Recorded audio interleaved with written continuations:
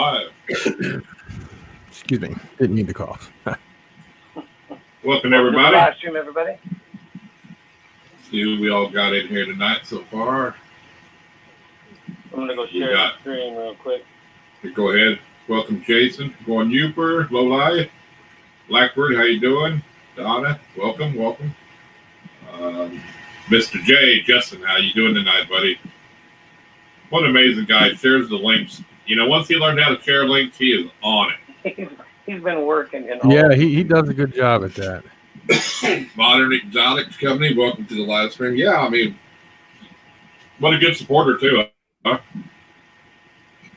He's a great supporter. Welcome, Heather. Welcome, Heather, to the live stream. Blackbird, how you doing? How's everybody doing tonight?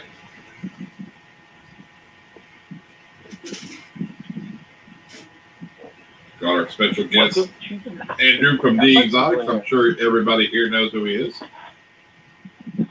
The one and only. Bad blood again. He's doing this stuff. Reptiles, how you doing tonight?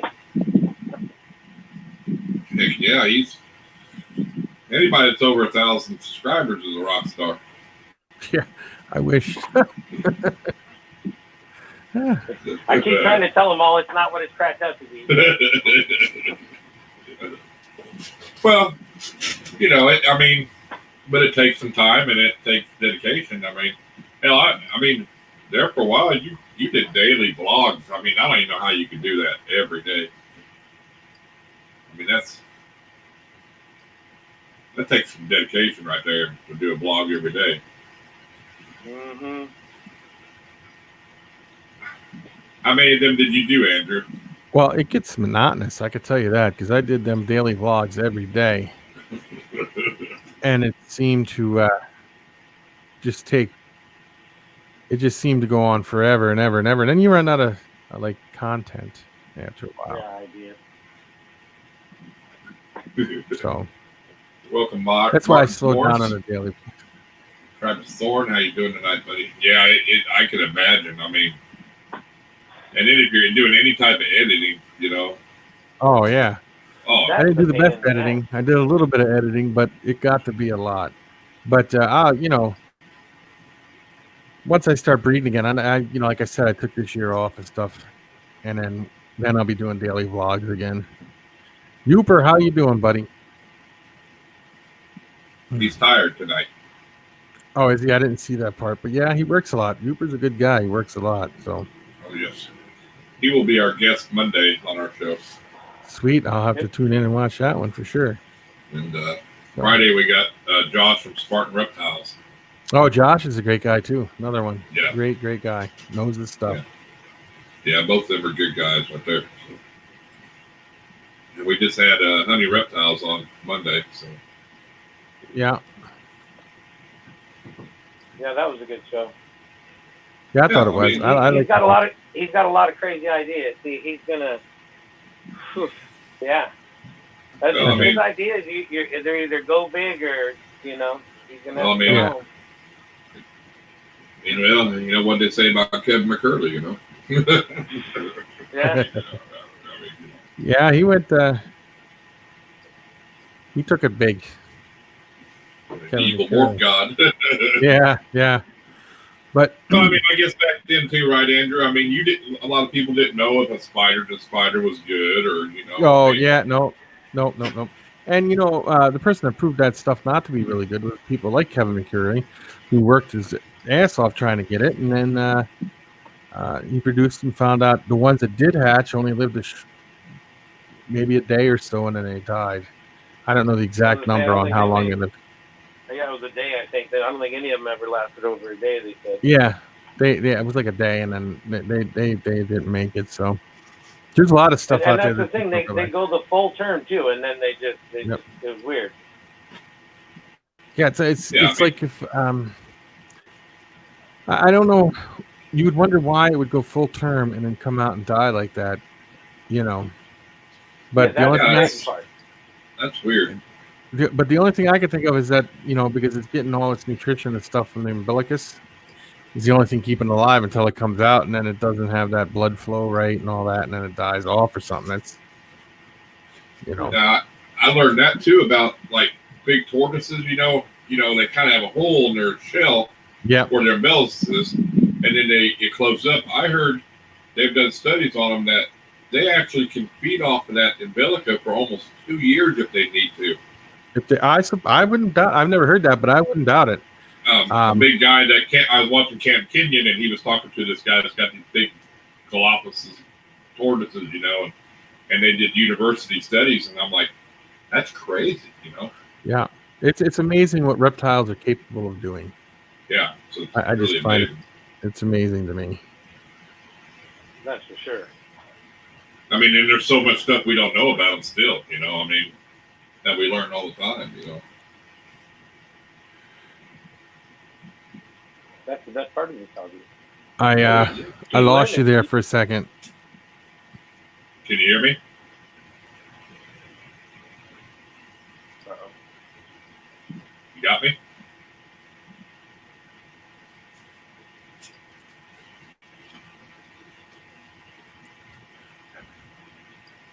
There we go.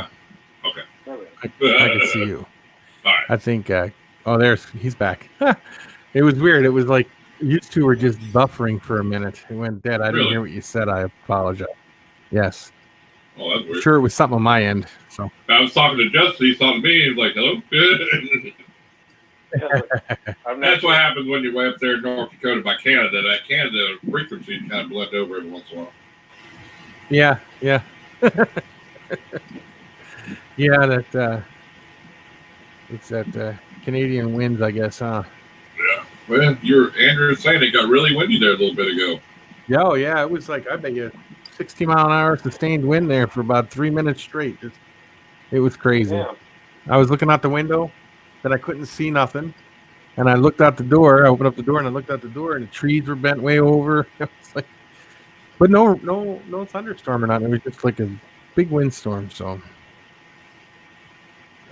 it'll be wintertime before long there, won't it? Oh, next week it's already going to be down in the 30s on a few days. So. Oh, God. Yeah, see, that's crazy. It's getting closer to it'll be that I same don't way. miss So it. like 100, and then bang, it'll just start being cold and freezing. Yeah. That's one thing I don't miss. I mean, I did like to ice fish and do some of the stuff, but I don't miss that everyday temperature. I mean, my favorite place to ever live was Phoenix, Arizona. I love the heat. I liked it. But you come up here, and when it's like 75 below zero in the winter, wind chills, it's cold. Yeah. Oh, yeah. Oh, yeah. I mean, and it's not even, there's nothing you can do. I mean, the snow's so hard, you can't snowmobile. You just sit in the house, you know what I mean? Yep. There ain't too much you can do. Plug your car in, hope it starts with the heater in the block. Yeah. Heater. Keep it shoveled out in case you need to go somewhere. So Mountain Dew Mining, welcome to the live stream. Snowing on the high peak in Colorado. I was just gonna say, yep, snowing already in the high peak. Oh yeah, that usually happens by now. Yeah, there's mountains around here though. Because we got Mount Rainier right there. There's snow on it year round. Yeah, I know. I did a little research when I moved here that this state has had snowfall, a measurable snowfall, every month except for the month of August. Wow. Wow.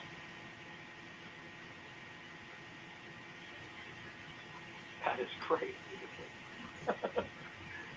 Well, I mean, think about it when, Yeah. I mean, I remember up in Minnesota one year, they got two. We get about 3-4 months. They got can you hear me?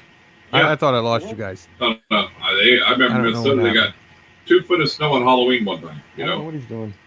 I mean, that's crazy, Snow in July. I mean, that's weird. Oh yeah. That's depressing. Yeah, the weather was here. There we go. For some reason, I keep losing you guys. For some reason, I'm assuming it has something to do with.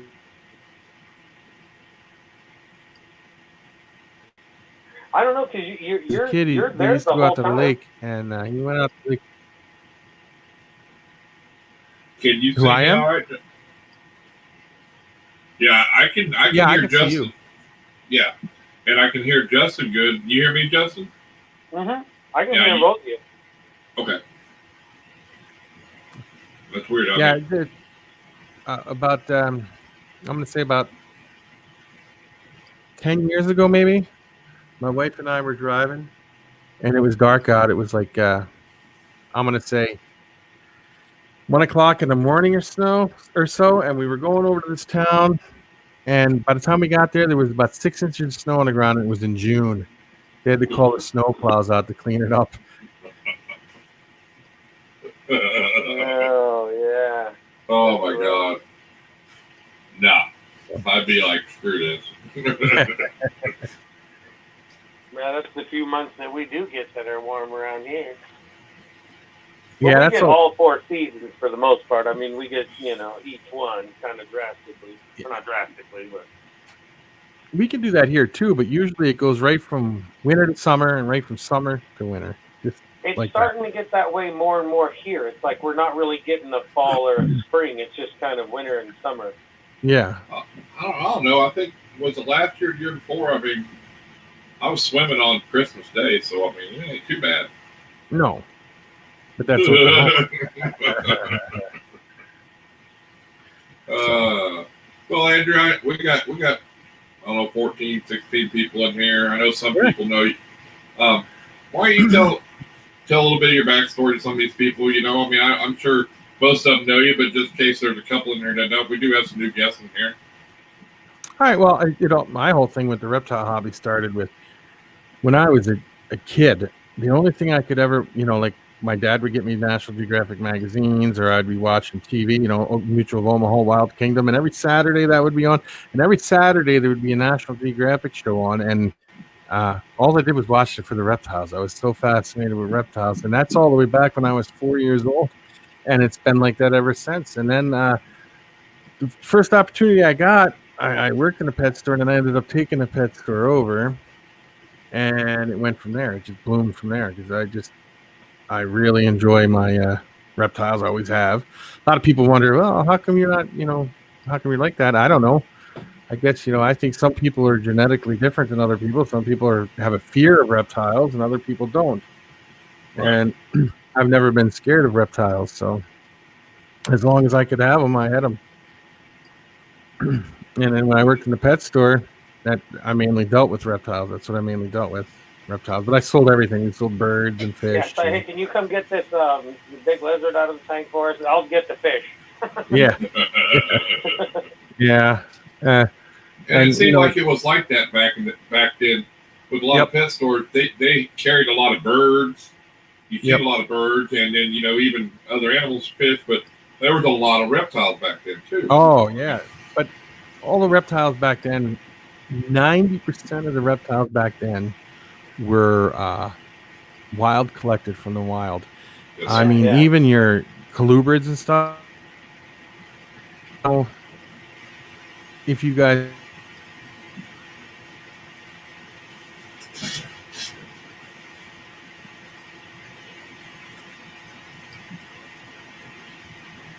and go out and collect males, bring them in, they would breed, and then somebody got the great idea, well, I'm going to keep these in my collection year round and try to breed them this spring, and then they weren't breeding. They couldn't figure out what was going on.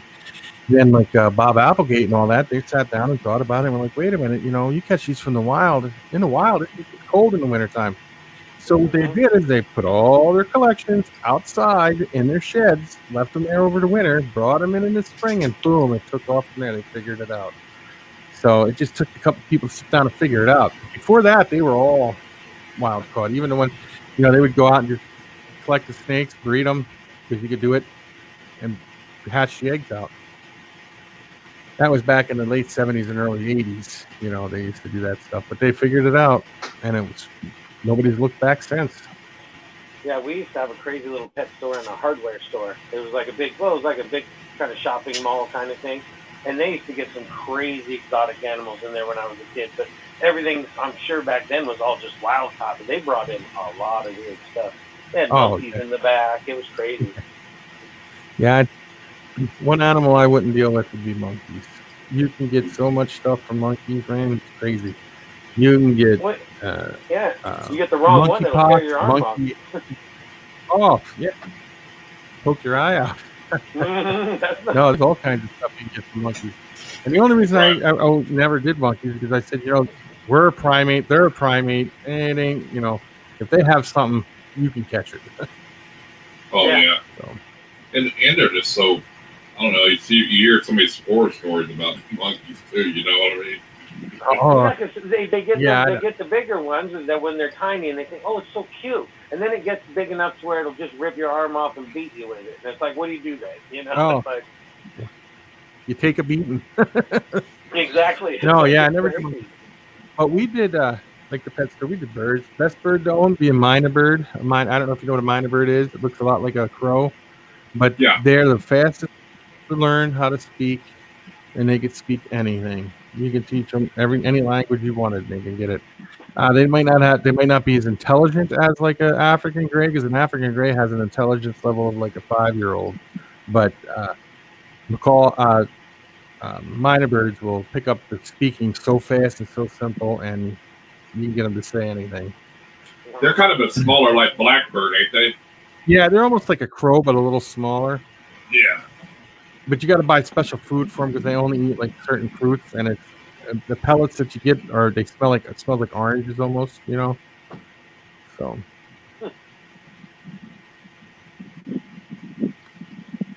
And fish, we used to get every kind of fish you could think of. And you can't even get these fish now. Like we used to get snakeheads and all that. You can't buy them no more. I remember when them things were popular. I mean, yep. And everybody's like, "Oh, gotta have snakehead, gotta have snake." And then it's like, "Oh man, this thing's growing fast and it does nothing but eat." And it's like, yeah. Yeah, they will too. They'll eat everything. Yeah, they're eating machines. But then I started with colubrids. I started off with colubrids because, like the California king snakes, when they first, like the albinos and stuff, when they first started coming out, they were selling for like $200 a piece, rough neighborhoods, And then what happened is I started off with a big collection. I was doing it, and then the price started dropping. Then you couldn't give them away for $5, So I was like, well, I'll get rid of these. Now they're back up there again. If I would have kept my collection going, I was like, but I'm not in it for that anyway. It's just the enjoyment of doing it. I really do enjoy doing it. So, and then they're probably one of the easiest animals to breed. Would be a king snake. You just like what I would do is like in October I'd feed them their last meal.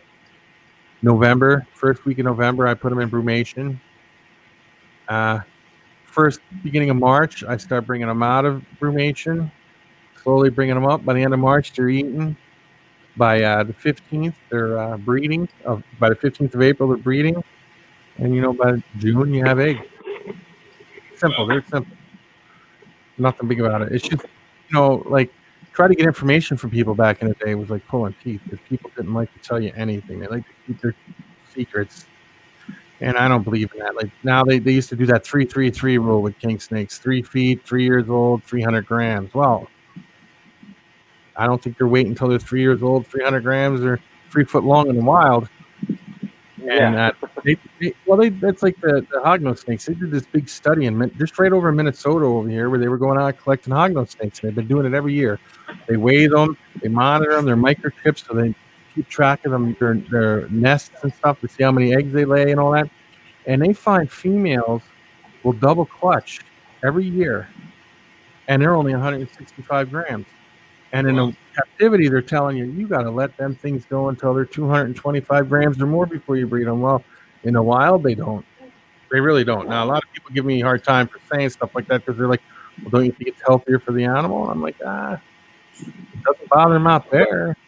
But that's my thing though. The animal just like a ball python. If they're not ready, they'll reject the eggs. The animal knows better. If it gets them eggs all the way out, it's because that animal knew it could do it.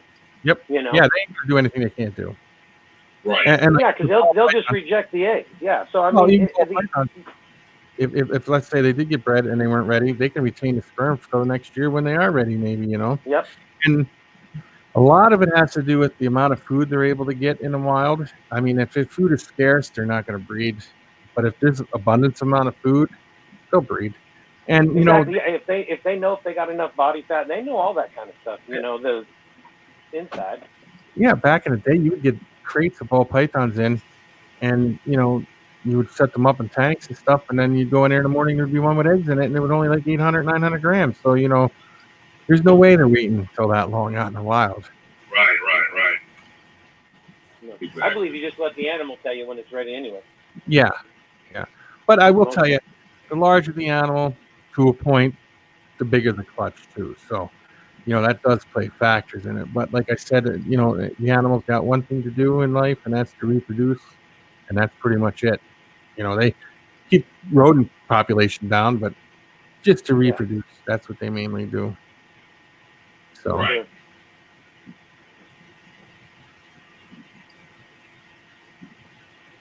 Exactly, and I mean, and just because an animal's a certain size don't mean it's going to produce anyway. No. I mean, I've seen it. Like I had a big girl this year, man. She locked up good, did good. I was like, oh yeah, and she just absorbed it. Yep. Well, yeah, I've read stuff. If she doesn't think it's potent enough, if she doesn't think the male sperm is strong enough, she'll reject it that way too. I don't know if all that's true, but I've read that stuff. I know that. And a lot of factors play into it too. I mean, everybody tries to get these temperatures perfect and all that, but you go in the wild and you put your hand down in one of them holes, it's nowhere near. They used to go by the temperature of the outside, and go down in that hole, it's 30 degrees cooler down there where they do all their breeding and their mating and they're laying their eggs and all that stuff. For sure. Right. So. I could tell that with my retics. They hardly ever spend any time on the hot side unless they just ate. Yeah. Other than that, they like it in the front where it's cooler. Yeah. I mean, it's really, really cooler, So I was like, wow. I find that with anything, with even the geckos or anything. Like crested geckos, I never added heat. I just did the ambient temperature. But like leopard geckos and stuff, the only time I ever really caught them laying on the heat is when they were like producing follicles and stuff. Even with like the ball pythons or even the king snakes, the only time I ever caught them laying near heat was when they were like building to lay eggs. Other than that, and then like with hognose, you don't even. It's tough with hognose because if you got the temperature just wrong, the male will shoot blanks. So the temperature, it's tough. Yeah, you got to be careful with adding heat to those. Well, isn't that true about ball pythons too? Anything over about 95 degrees, if they stay too long, it'll make them sterile or shoot blanks. Yeah. Yeah, so like my males with my hognose, I just kept the temperature. But with the males, I would keep the temperature at a certain, like the room at like 82 degrees, and I was fine with that. Because even with the females with hognose, they'll lay on the heat and then produce nothing but slugs. Wow. So, and then getting them down to a cooler temperature. Yeah. So they're a little harder to breed than ball pythons then by a lot. Well, I mean, if you for a regular person that don't know much about them, I mean, I wouldn't have known that, Yeah, no, but you could find anything out there, information on it. Right. It's just, it could be a little tricky with the hognose to a point. Not technically like overwhelming difficult, but right. Yeah. And I mean, and then of course you can.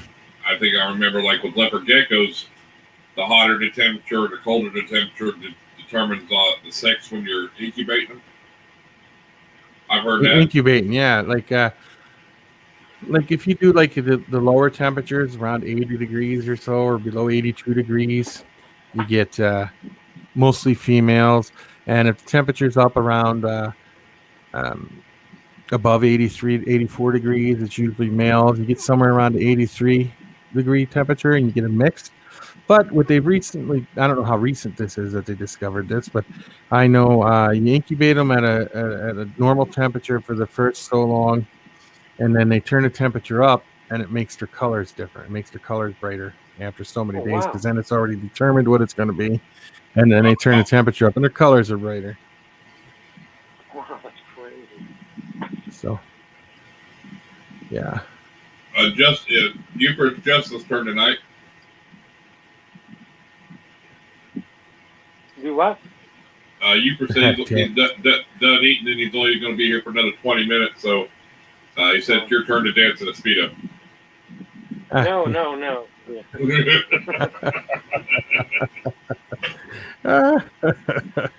Yeah, I'm good. I mean, I'm sorry you'll be a 20 minute. That usually don't start Jason until probably another 30 minutes or so. So you'll And I see he said someone. He said someone. So you can go ahead and hit the poll for us if you feel like it. Hey, don't judge me. Reptiles are expensive. Exactly. That picture was so funny. There was a picture on Instagram. I don't know if you've seen it, Andy, where the guy was on the pole. I don't think so. I think I may have missed that one. Yeah, it was on the pole. There's dollar bills around. He said, "Mind your business. Reptiles are expensive." Caption, I did see that one. It was pretty funny. Yeah, it cracked me up. Yeah, that was funny. I laughed for half an hour. I think after I seen that. Now, one thing I've noticed, like lately with the COVID going around, I think people have gone reptile crazy, and they're buying them like crazy. Now, I don't know what sparked that at all, but it did. It just went crazy. It went just the opposite direction that I thought it would, because I remember during the 80s when we had the first, like that big recession during the 80s and stuff, and even the one in the 90s, and the sales stopped. But now it's like people can't get enough of them. Is it because they're sitting home and they have nothing to do or something? I think that's it.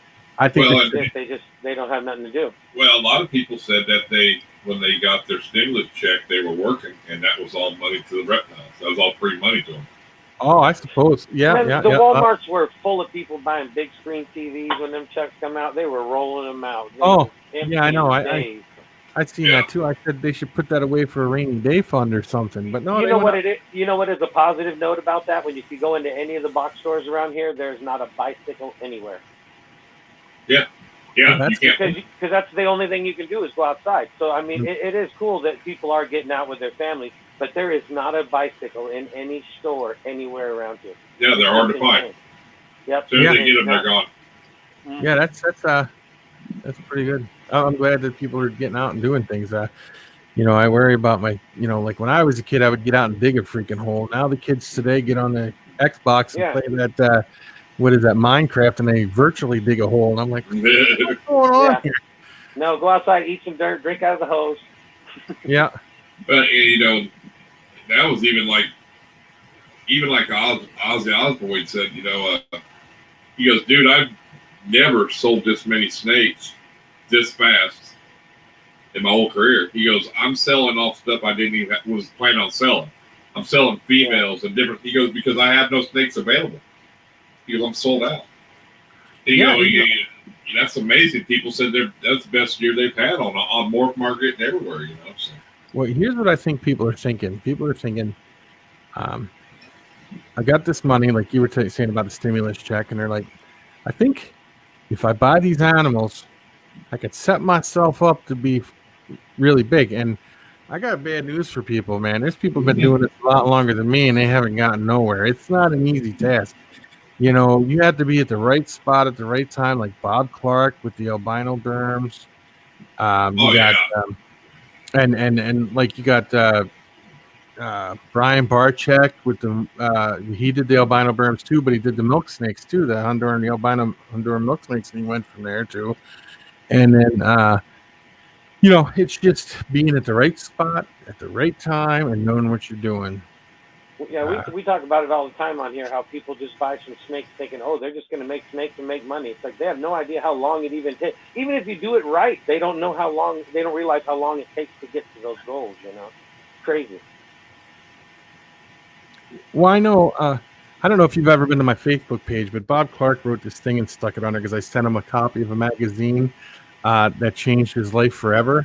And I sent him this magazine, and he goes, I never really told the whole story, but he said he was sitting in a barber shop getting a haircut, and he was the manager of a clothing store, and he was in there getting a haircut, and he picked up, because he went to school to be a herpetologist, that's what he went to college for, and he picked up the book, and he used to breed berms at home too, but he saw this picture of this albino berm around that guy's neck, and he took that magazine home, and he told his wife, he says, if I can get my hands on this snake, it'll change our lives forever.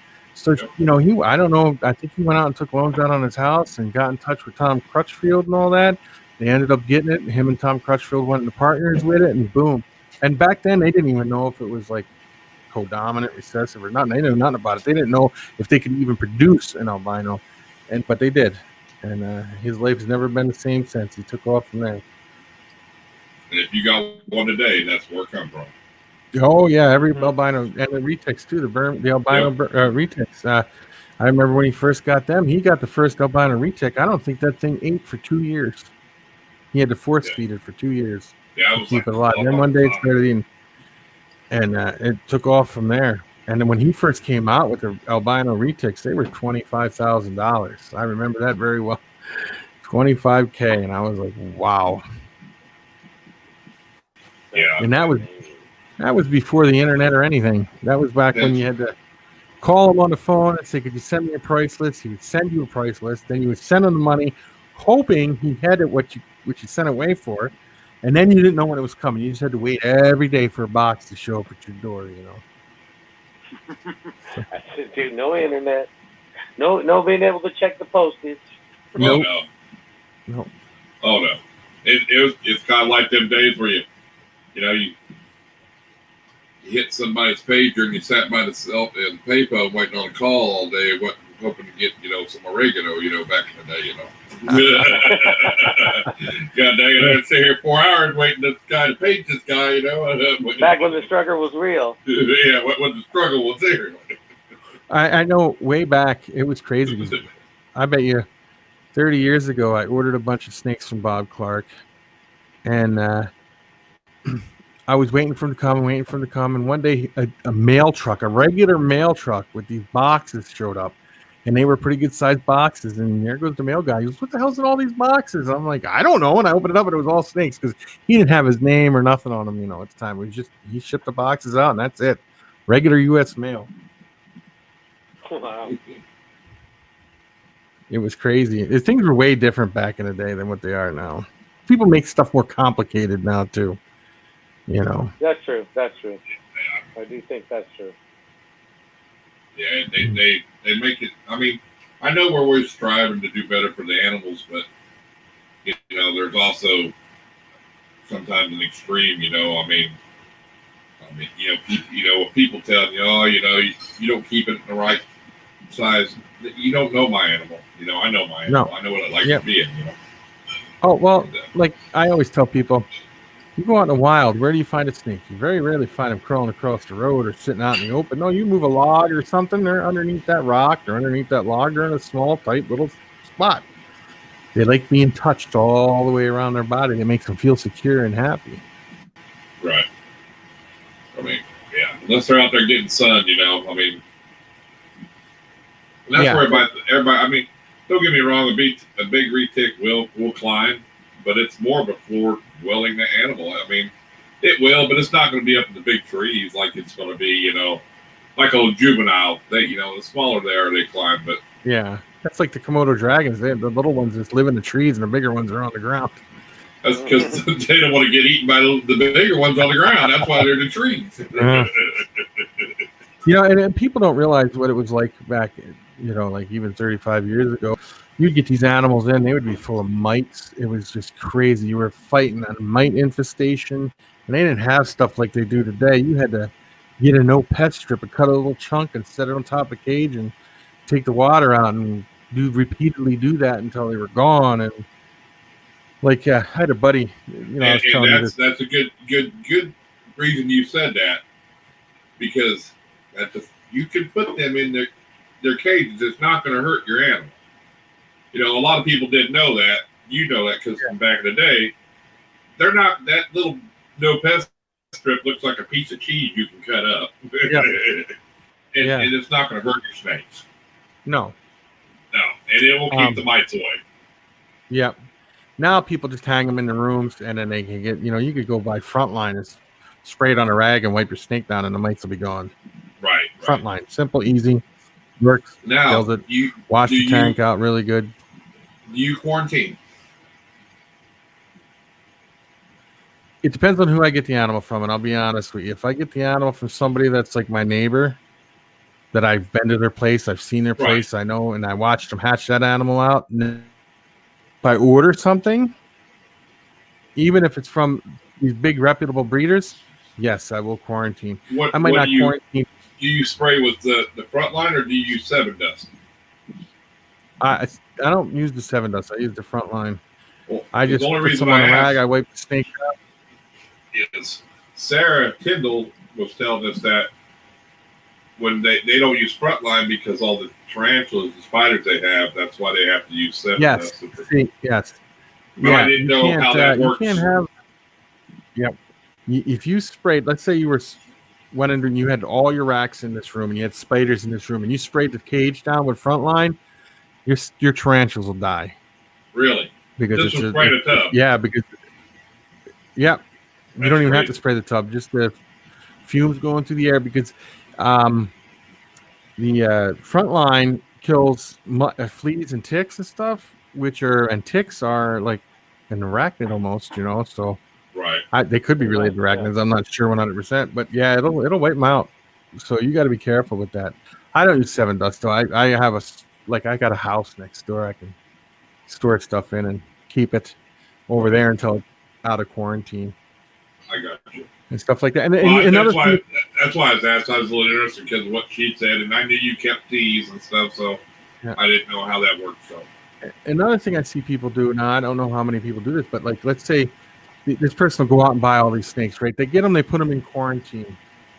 30 days go by, and they're getting ready to bring them over to their collection, and another shipment shows up before they bring them out of quarantine. Then when they put them new animals over in quarantine, you got to start all over with the other animals that are in there because one mite will infest an entire place like that. So if you do that, you got to wait till all your animals are out of, unless you have 2 separate quarantines, like for new, and you're constantly rotating.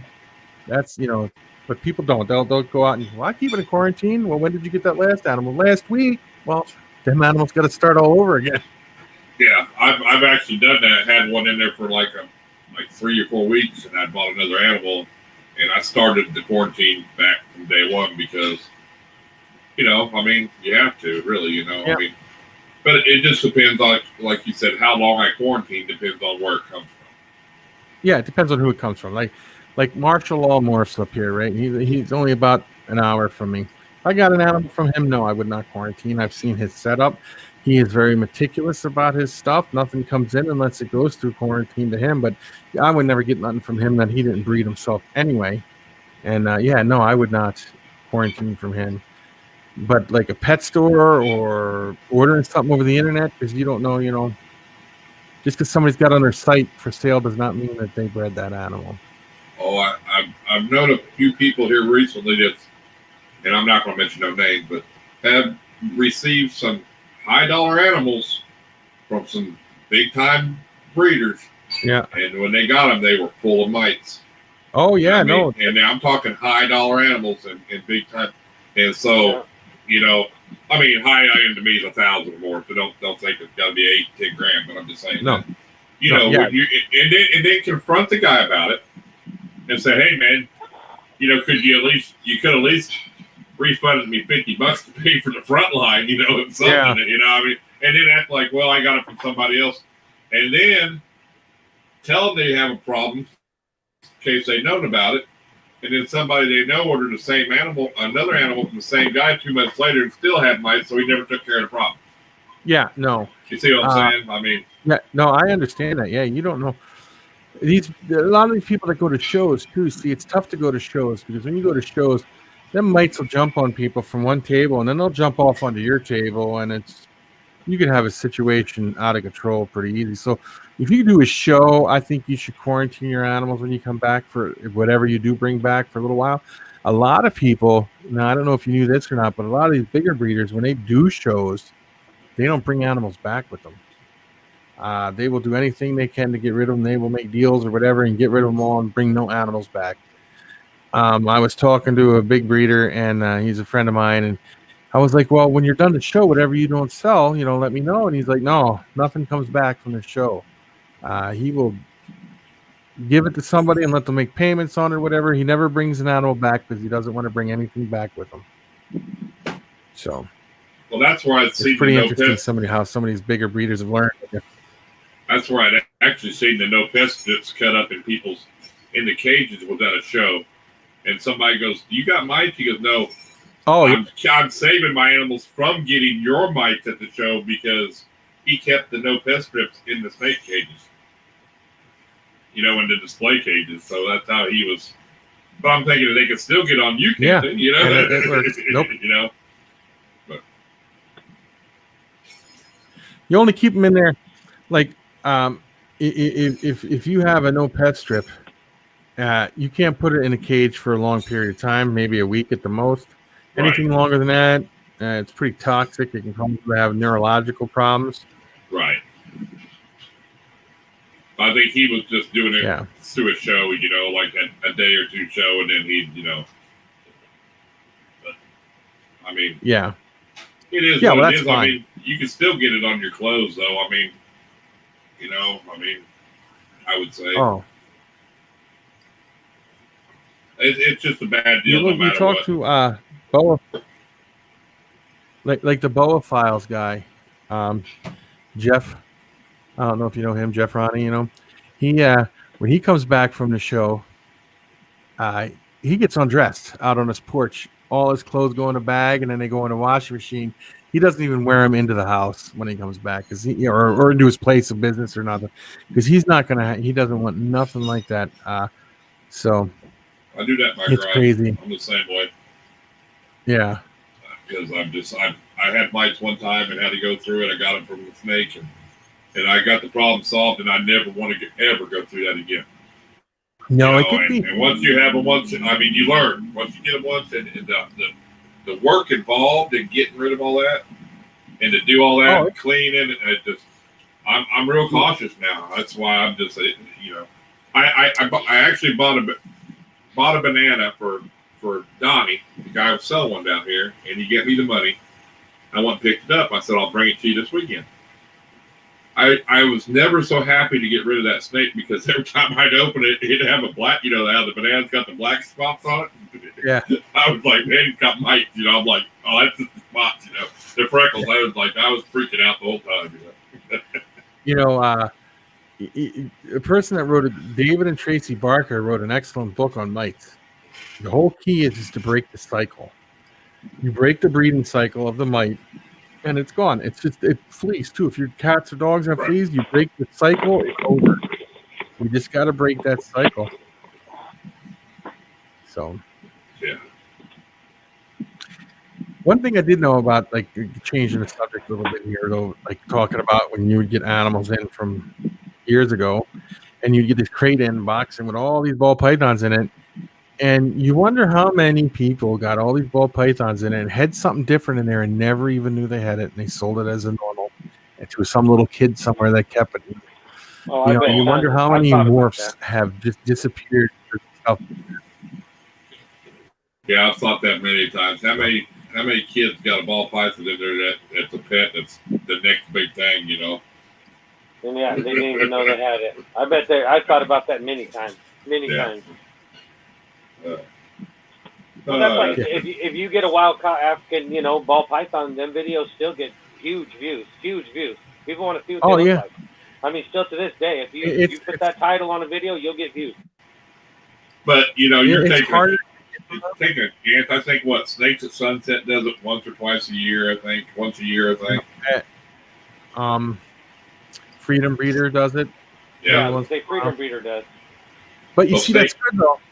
Yeah. That's good though, because you got to add new bloodline to the ball pythons, because they're so inbred, and I'm not saying that in a bad way, but like everybody's Mojave is basically related to one another. Everybody's albino is related to one another, and then it might be distant, but still there's some same genetics going on there from some animal somewhere that was related to that animal. So you got to add new bloodline in there to thin it out even more.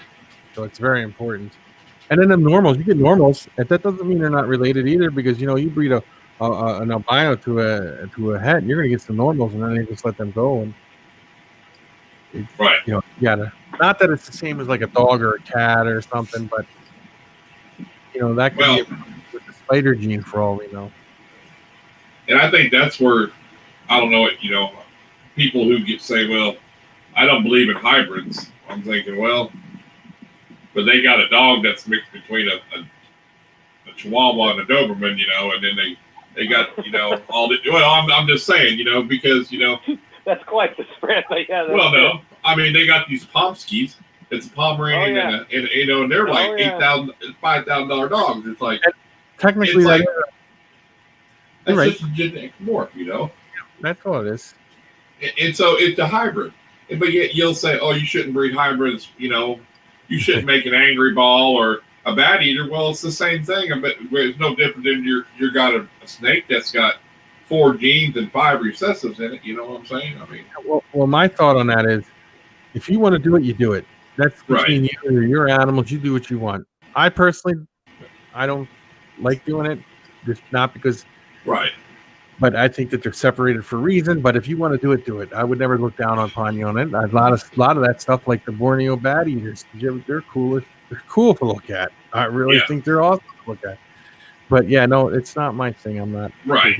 I just think it's kind of a double standard that when people, I mean, they'll down somebody for doing that, but in the wild it happens too, though. I mean. Oh yeah.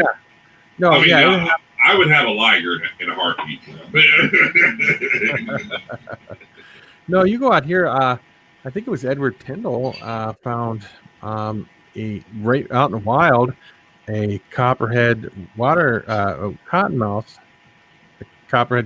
mixture, and he found it right out in the wild. So they must breed somewhere along the way, and they're close in the same area or something. Well, yeah, I'm sure some morphs come out every now and then, but they're just typically the ones that get picked off first. I'm sure some's got to make it every now and then. Oh yeah, but like you get an African rock python and a reticulated python, you put them together. There's no way in the wild that's happening because they're so far apart. Yeah. Now that was an interesting fact that there was I said it the other night, a Burmese python gene called the Cine gene at one time, and it bred and produced normals, and then it gets switched, got sold off. Another guy bought it. He tried to breed it, got normals, and he somehow went to another guy, and it just got lost over the years. Nobody knows, but he got pictures of it, And they were thinking it was, and it's a cool looking snake. It looked cinnamon colored as a Burmese. They were thinking it was a Burmese and a rock python, mixed together in the wild. The Indian rock, Yeah, and that's what they think it actually had been. Yeah. That's why when they bred it, all they got was normals. Like normals, 5 times. Yeah, the Indian rock python. And so, it could happen in the wild. Something like that, But. Yeah. The Indian rock python, and they got the same habitat and they're in the same areas. But they have a different. Sri Lankan too, I think. Yeah, and the Sri Lankan too. Yeah, they got they're the Indian rock python, the Sri Lankan python. They're all kind of a lighter color. The pattern's a little bit different, but you can look at them and see that they're closely related. And the only reason they're probably different is because of the geographic location.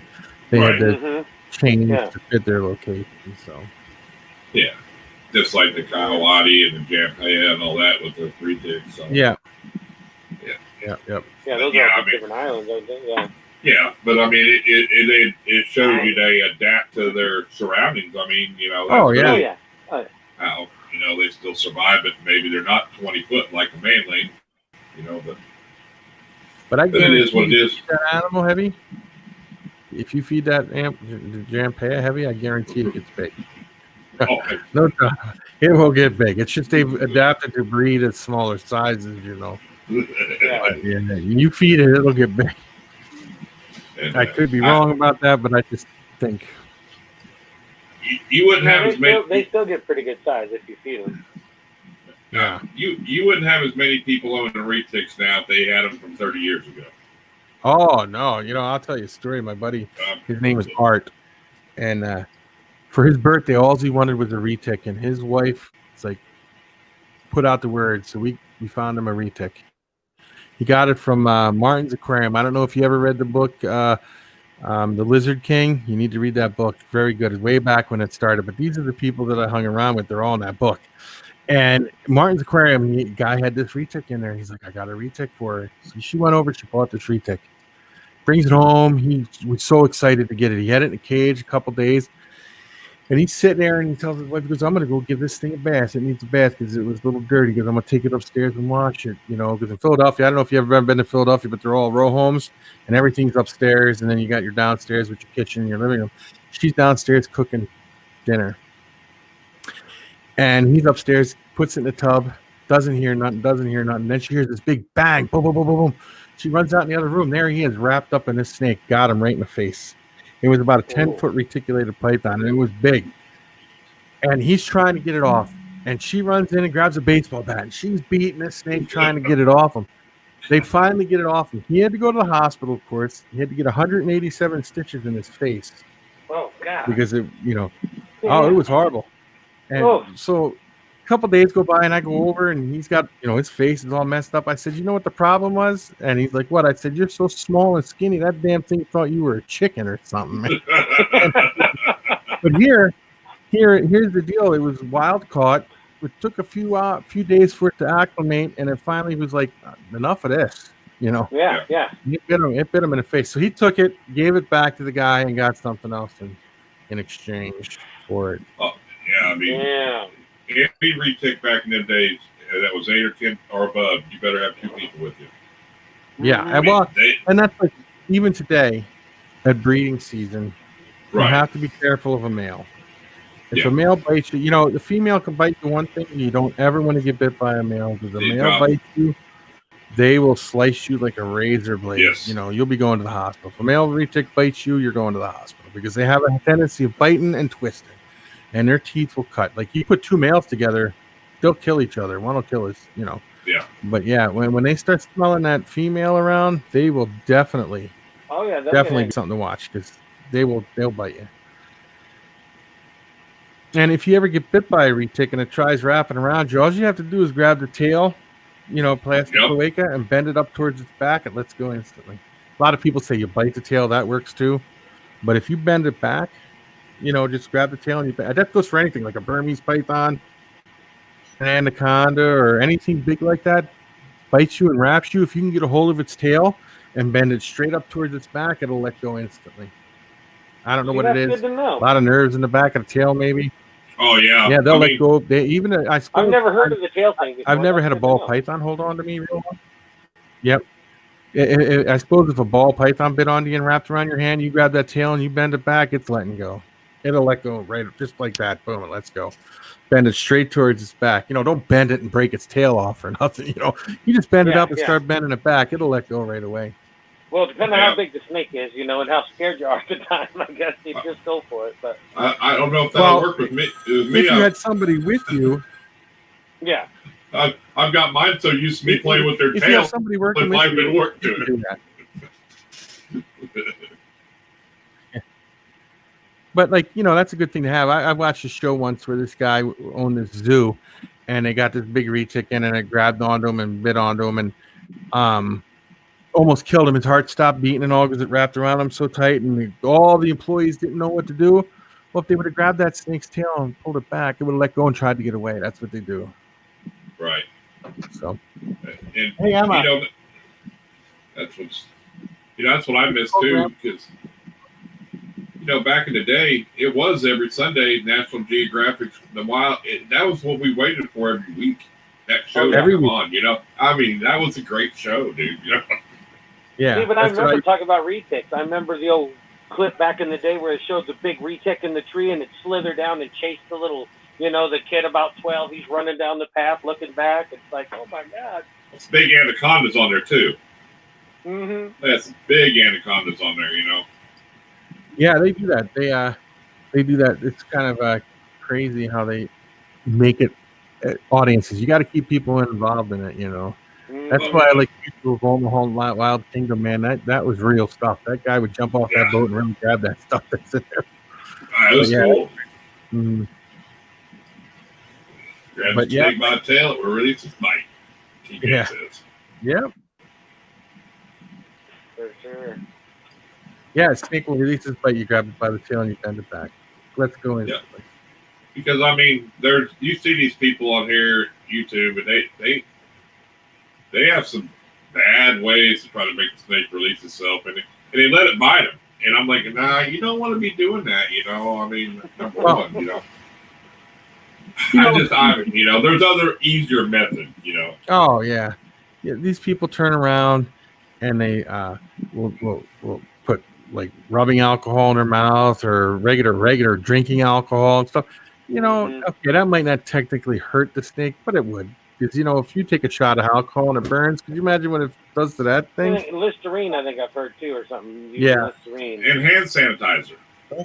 Hand sanitizer, another big one. Hand sanitizer's got chemicals in it. It's not even. Yep. Yeah, no. The only snake I know that you'd probably have to work on getting off would be a hognose snake, because once they grip on, you push up on that little scale on their nose, you push it up, they let go right away because their nose is designed to do that. And if it's got you gripped up, you just push on that little scale, on the big scale on the nose, it comes right off. How would you get a Titanoboa off? Grenade. Yeah, no. But yeah, I've learned the hard way by getting bit by animals. I've been bit by everything I've had has bitten me, and that's no joke. I mean, I had a parrot pierce my hand. I had a Savannah monitor grab onto my. I habit of getting bit myself. I was holding the Savannah monitor that we got in, right, and I'm holding it at the pet store, and I'm holding it, and I got its belly right in my hand, right here, and its head there. And my friend started talking to me, and then my friend started laughing. I'm like, what's so funny? And then I felt the pain. What he was doing is it opened its mouth slowly, and he saw it open its mouth. But when it bit me right in here. And then it jumped off and started spinning. And I had to grab it because it would have took a chunk. That's the only bite that truly, truly hurt besides the parrot. That was the one that hurt bad. Oh, yeah. I mean, I know parrots, if they can crack a Brazilian walnut, and that's thick. Imagine what it can do to your hand, dude. That'd break the finger. Yeah. Well, that's how he is on. When I mess with him, he looks all calm and everything's all good, and I'll be playing with him and everything just seems all right, and just right out of the blue. If you don't pay attention for half a second, he'll reach around and bite you somewhere in a minute. Yeah. He's an angry fellow. He seems fine for like 5 minutes, and then he gets to like a certain point, and then it's like, yeah, he's not going to be held after that minute. No, you don't want to be held. Yeah. No, see, my Nile was like that, but he overcome it. I don't know. I just working with him every day, dude. Yeah. I mean, a lot of working with him, and then you could reach in there, pick him up. It was a trust. It's just being trustful with him, Yeah. What they do is they see, they're trying to keep themselves calm, and then so all of a sudden they're like, now's my chance. If I bite him, I can get away. Mm-hmm.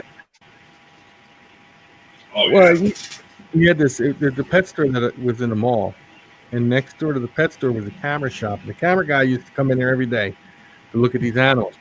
And once a week he would come in and buy like a mouse or something and feed it to like an animal or something. Well, he liked the Nile monitor. He always would come in and feed this Nile monitor these mice. You'd have somebody come in and buy mice from the store, but feed the animals in the store with it? Well, he used to go in and, could you feed this animal? That's amazing. Well, he'd be like, could I feed this animal? Could you feed this animal so I could see what you're doing? So see how it's done? I'm like, well, if you buy the mouse or a rat or whatever. That's good. That's great right there.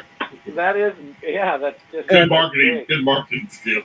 Oh yeah, I could tell you stories from pet stores about people, man.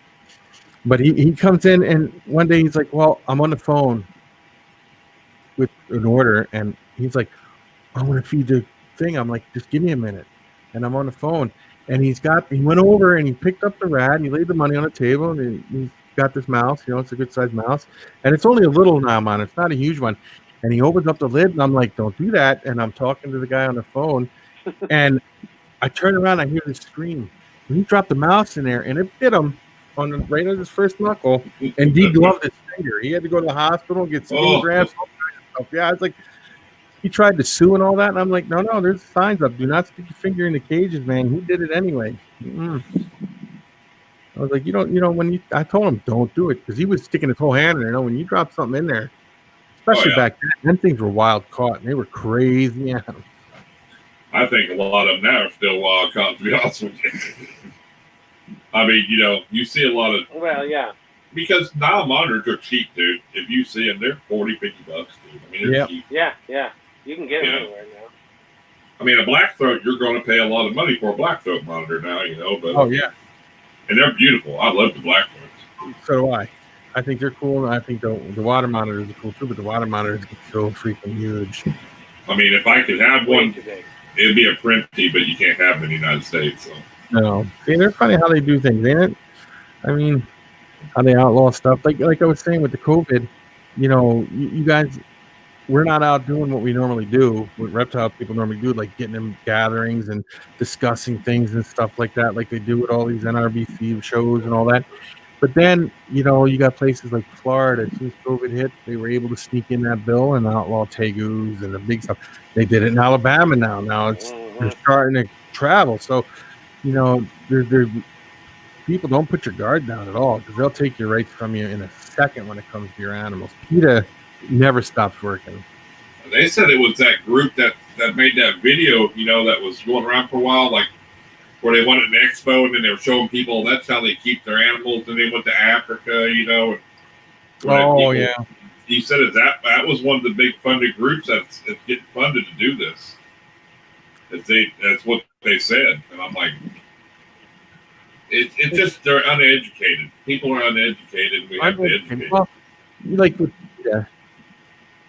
the lady next door, you know, she was a big PETA person.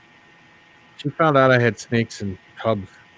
You should have seen that finasco. That was crazy to fight with this lady next door. And then I was like, no, I'm like, you know, I had to prove to her, you go out in the wild and you find a snake, it's under something. You know, you might see one crossing the road or something, but when they're during the day, they're hiding under something. Mm-hmm. That's what they like. They like to be hidden under something. And then she finally let go because she was a friend of my mom. She grew up with my mom and they were kids and all that. So that was okay. I got her under control. But then the town found out and I had to fight the whole town. You know, I had to go to city meetings. The city spent 6 months of meetings just on me about my snakes. The mayor was worried they were going to come up the toilets and bite him in the ass. And I'm like, you know, one thing, I had to get all kinds of literature and show them that this animal gets out even during the summer. It gets down to 30 degrees in the summer. It's not going to survive too long outside, you know. And I had to get out there and prove to them that there was no way this was going to happen. And they were tearing up part of the town over here because the sewer line had broke or something. They were putting all new sewer and water lines in. And the people didn't have water for 6 months because they didn't even work on that. They worked on trying to get me to get rid of my snakes. So the next election, all I did was tell people, I was like, you see them guys? They're like, yeah. I said, vote them out. Put other people in. Then they'll change. Sure enough, the next election, that June, they were all gone. Got rid of them all. Started all over again. Because they couldn't be bothered with what the town needed, worried about me. No, I'm not keeping no polar pythons that can live in the wintertime, you know. They live in Africa. Even the hybrids, like a California king snake or a Florida king snake, if it got out up here in the wintertime, it would die. Right. Corn, anything. I think deer die in the wintertime up there. I mean, come on.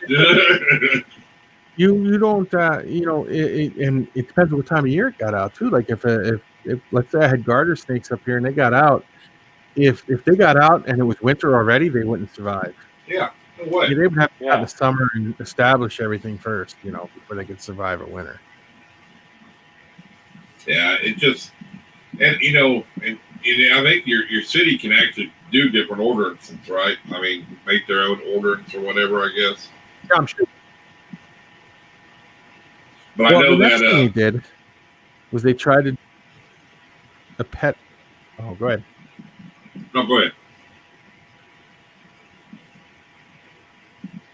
You all right? Go ahead. Oh, the next thing they did, the new council that got in, one of the people didn't get voted off. So this lady was thinking to herself, she goes, I'm going to get it. So we can't have these animals, but I'm going to try to get a rule passed that you can only have 4 pets in town. So my wife and I went down to the meeting and we're like, what do you mean 4 pets? She goes, well, you know, 4 dogs or 4 cats and that's it. I'm like, fine. That's fine. 4 dogs. I could see that. You don't want your neighbor to have 200 dogs running in your yard and not cleaning up after them or something's fine. But I said, you know what the problem is with this? She's like, what? I said, well, then if you can only have 4 pets, that means your aquarium has to be emptied down to 4 fish. She's like, what do you mean? Fish live in an aquarium. So I brought in my cages and I set them up in this, at the meeting, and I'm like, these guys live in similar things in an aquarium. They can't get out. That's it. They're in here. They're not bothering nobody. And that was 3 months arguing. And finally, one of the members of the board was like, "Wait a minute." He's like, "Is this ordinance about getting him under control with his reptiles, or is it about nuisance animals?"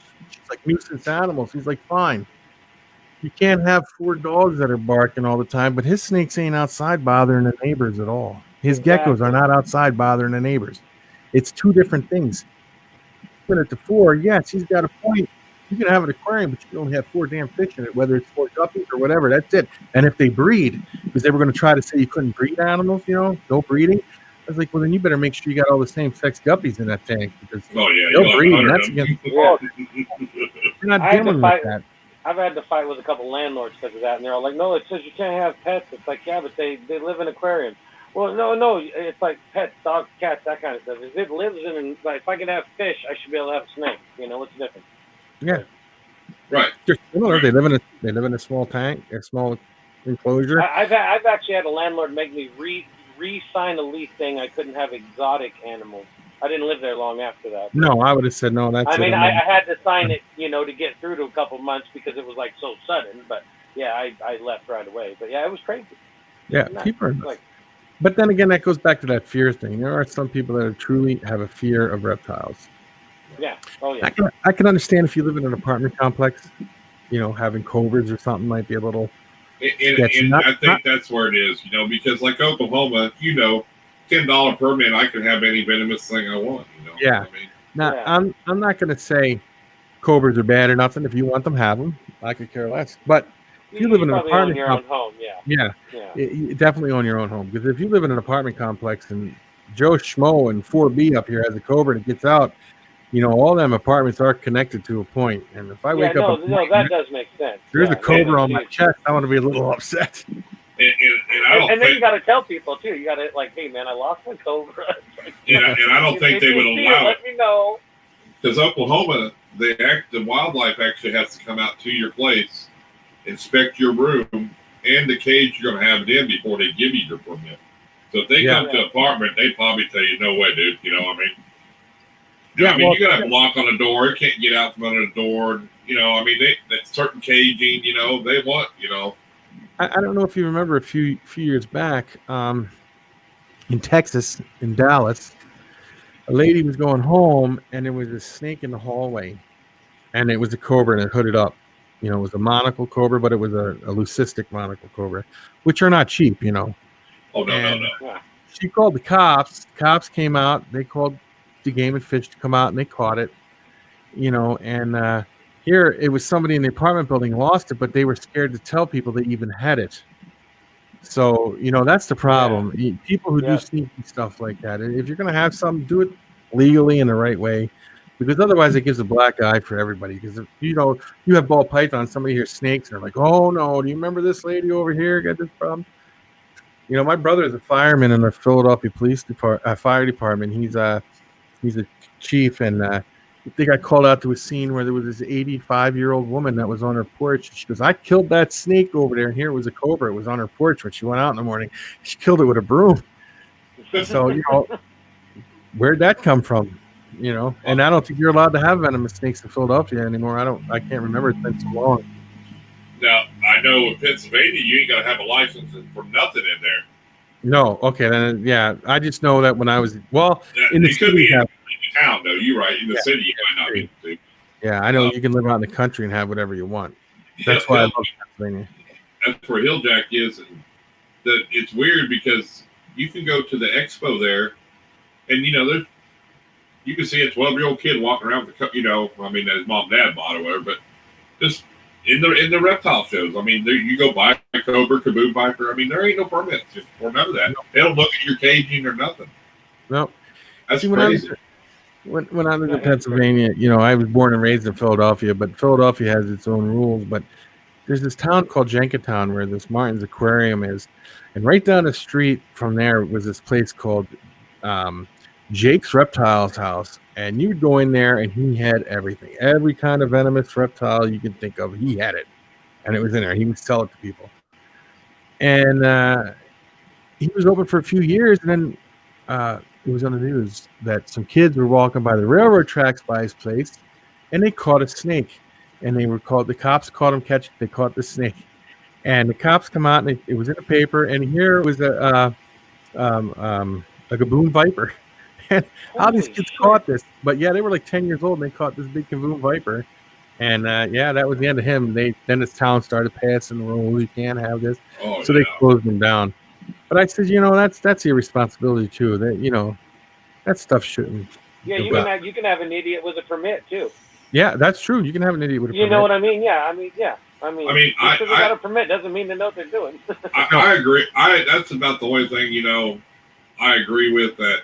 With what Florida does is you have to go through 1,000 hours for each species of class. Each species. I mean, for whatever crocodilian, each different species of venomous, because it gets you where if you're going to really do it, you're going to take the time to do it right, and not so much because I look on. Dude, I seen some guy on Instagram. And you can tell he's got. And he talks about, there's days I feel better, I got depression. And he's got a picture of this big kaboom viper laying on his chest. He's taking selfies. He's like, don't try this at home. He's holding it. He goes, oh, the Short-lived or Lance viper. He goes, man, it's one of my night. I'm thinking, it's just a matter of time, dude. It's just like spinning that chamber, to me. One of them's going to bite you, But I mean, I don't playing Russian roulette with it fully loaded. Because exactly, yeah. It puts a bad name on this hobby because now a 12-year-old kid thinks he can get a rattlesnake and pet it just like this guy is taking pictures or making videos. You know what I mean? And that's the bad part of that. I don't think you should ever show free handling hots. I don't think it should be allowed. No, because then the kid sees that and then they're like. Even if you live somewhere where there's rattlesnakes, you're out walking, and some kid's like, "Oh, I seen a guy holding one of these things," Yeah. Then they're in serious trouble. So you can go fishing around here and run into rattlesnakes all the time. Yeah. Just the local ponds. I mean, you can walk 10 minutes from my house, go to a pond, you could run into a rattlesnake, or the river. Well, they got them around here too, a little more scarce. The prairie rattlesnakes. Prairie rattlesnakes tendency has.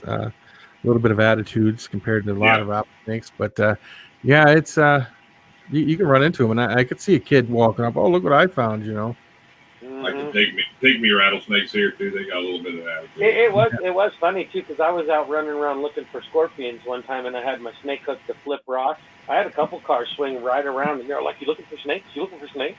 I was like, "Well, if I come across one, I'll mess with it, but I'm actually looking for some scorpions, And but yeah, it was as soon as somebody seen a snake hook, they were all intrigued. It's like, what do you catch? What do you catch? Hey, Josh from Smart Reptiles, he said he likes the rhino viper. Look up the cabino. It's a mix between the caboon and the rhino. It is those things are gorgeous too, man. But they are beautiful. Oh yeah, that would be cool to look. I'll have to look that up. The cabino is what it's called. It's a mix between the caboon and rhino, and it is a beautiful snake, dude. Yeah, because they got the biggest fangs in the venomous snakes, don't they? They like 3/4 of an inch or some damn thing, or inch long or something. They're like 2 inches. Are they 2 inches? Yeah, they're like 2 inches. It's crazy. Like enough venom to kill 100 people or something. I mean, see, and that Jay from Prehistoric, he'll grab his like it's a damn bull snake or something. Oh, well, because look at that thing if you watch around they move like a caterpillar though. They don't they don't move like a regular snake, but he keeps that head because a lot of people think they're slow mover, They're fast. They're a fast striking snake, dude. Oh yeah. And if you ever watch them eat, when they eat they'll stand up, like kind of body up, and they'll eat with it like that. They don't lay on the ground and eat. It's pretty cool. Yeah, I remember when he got a bunch of his. They were pretty tame. Heather here said something, was talking about venomoids here. But if you watch Jim from the Kentucky Reptile Zoo, he takes venomoids, and he still gets venom from the venomoids even. Because even though they remove the sac, they will still produce, their body still produces that venom, and he will get venom out of a cobra and stuff that they venomoid them. And actually, they put out a deal the same who you're talking about, Kentucky Zoo there. If you are wanting to keep hots, you can get a hold of them, and they will hook you up, give you info on where to get anti-venom at a way better discount price, cheaper than what most places sell, because it's expensive for antivenom, number one. Oh, It's only got a shelf life, I think, 2 years? Oh, no, I've heard a lot of venom keepers say, oh, yeah, their shit's expired, but it's better than nothing. If you watch if you watch Al, I'm not even kidding. If you watch Al from the Viper Keeper, he's good. He's very good. Yeah, well, he has a guy that you contact that guy and you tell him what reptile, what kind of venomous animal you want to keep. That guy will write you a book just on protocol, what to do if you get bit, and what you take to the hospital with you, because he's a doctor too. I can't remember the guy's name, and this guy's a doctor. You can call him. He puts his number in there. They can call him 24 hours a day if somebody got bit, and he will walk them through exactly what to do to keip you alive. Wow. Yeah. But then again, it goes by I love watching that guy. Oh, Al's cool. It goes by also. He fought off that taipan that one time. Yeah. I think it was a taipan or some damn thing. It was big though. He goes. It goes by how much the anti-venom is too. Yeah. Like if I were to keep on any kind of venomous snake, it would have to be something local that I know that the hospital is going to have anti-venom for, because to buy your own and to keep it, and if you don't get bit for 3 years, you got to throw it away and buy all new, and all the time, But then again, I'm not a venomous keeper, so I'm not, don't follow what I say when it comes to venomous stuff, because. But I mean, and that's anybody. I mean, if you get bit by a local native snake, venomous snake, they will have their anti-venom at the hospital. Yes. A copperhead. But if you live in North Dakota and you get bit by a boom viper, they're going to be like, Andrew, what are you doing? I mean, they'd be like, but they're going to have to fly it in, though. I mean? Yeah, if you don't have it, they'll have to fly it in.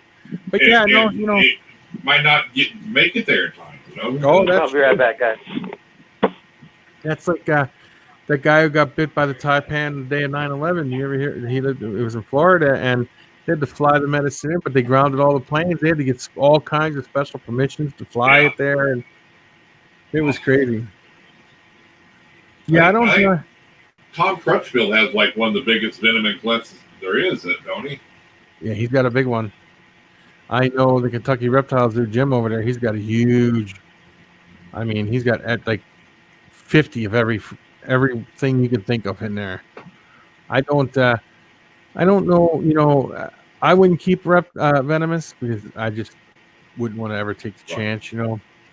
But you were talking about permits earlier, and I said I don't care if I didn't need a permit or not. My wife would say you're not keeping that. Right. And right. Well, you got kids. And I mean, there's a lot that you need to. I think that's where people need to think.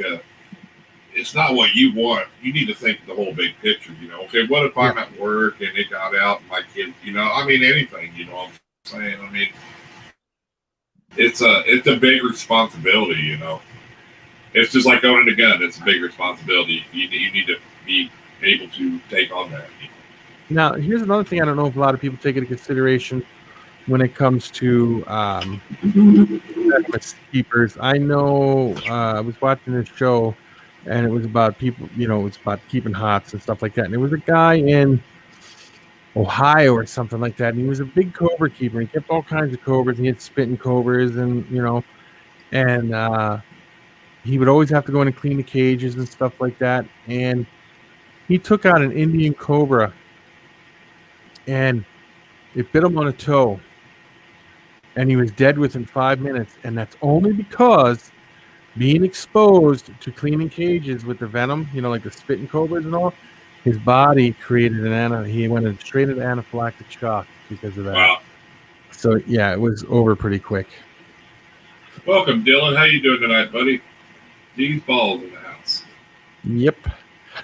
He put out a great video today, buddy.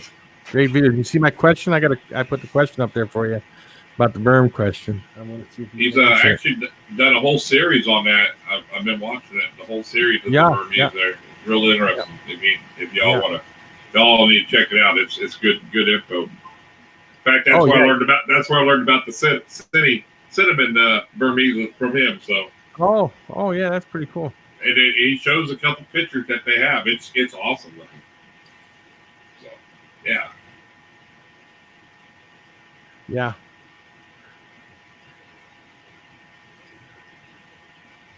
Yeah, Heather there said she keeps hognose, and that's about as hot as she's going to get. Now, you see, here's the thing about hognose. You know, they are rear fanged, and some people say, you know, nothing to worry about. But then I've seen people get bit, and their whole arm swelled up. And it's not that the snake sat there and chewed forever.